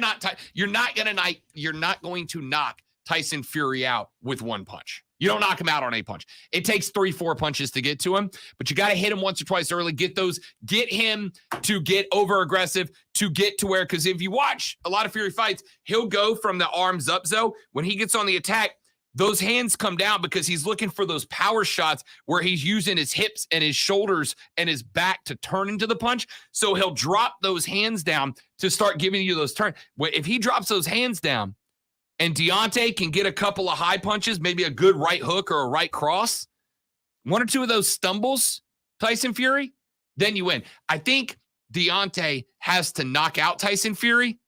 I think Tyson Fury can knock out Wilder or go to the card and have a better chance. I believe Fury's going to win too, but I'm not paying for it because that's way too much. Yeah, $80. Yeesh. All right. Maybe Twitter trending topics when we come back. I don't care. I wanted to talk boxing. This is a big the Unik win over Anthony Joshua was the biggest thing that's happened in boxing in a while. And it is complete. Because here's the thing. If you're Tyson Fury, I bet you he's pretty damn happy he called for this rematch now, don't you? No, I think he's mad because he could have.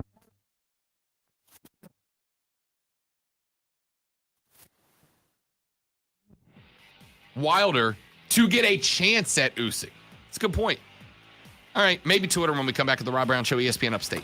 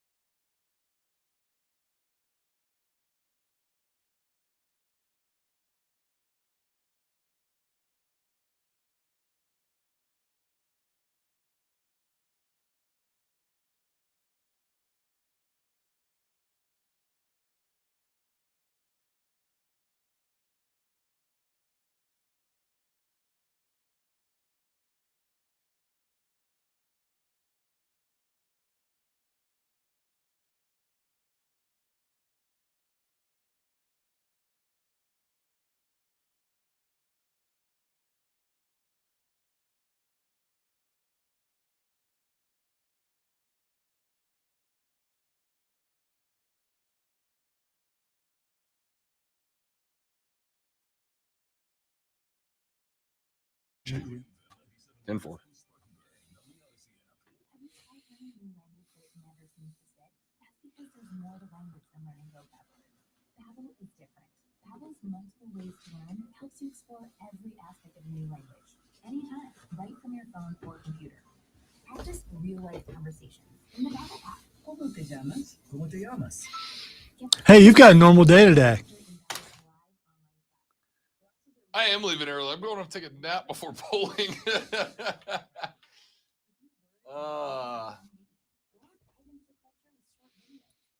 your learning motivation, Babbel gives you the tools you'll need to explore your new language. And Babbel is built around real life. Everything from the interactive lessons and live online classes. Gotta say, I really love their Southwest egg rolls there. I have to get me some more of those. Their what? Their Southwest egg roll things. Yeah, those are pretty good. Did since I wasn't there.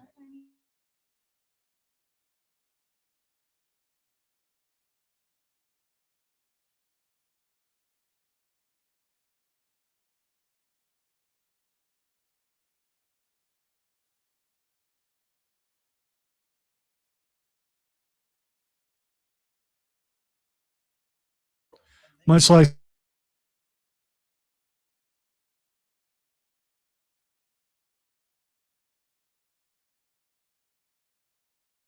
I get the camaraderie of when they come to bowling, I get the friendship and the camaraderie of my fellow employee. I'll give all the friendship in the world. Also want to get paid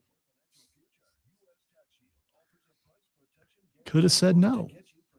Absolutely could have, but Hey man, that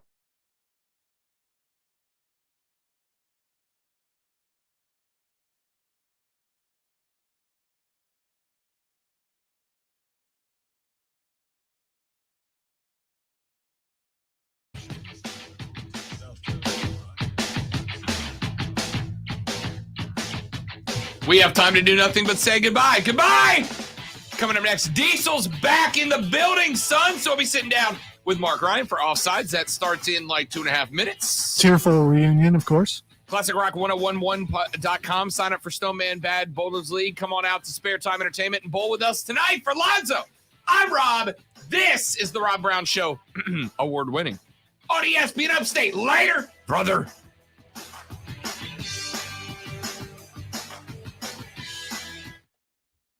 ESPN Upstate, WIRD Greenville. All right, stream. Thanks for hanging out, amigos. WFBC FM. Hey, guys, I need an oil change entire rotation. An Odyssey station. Good afternoon. I'm Steve.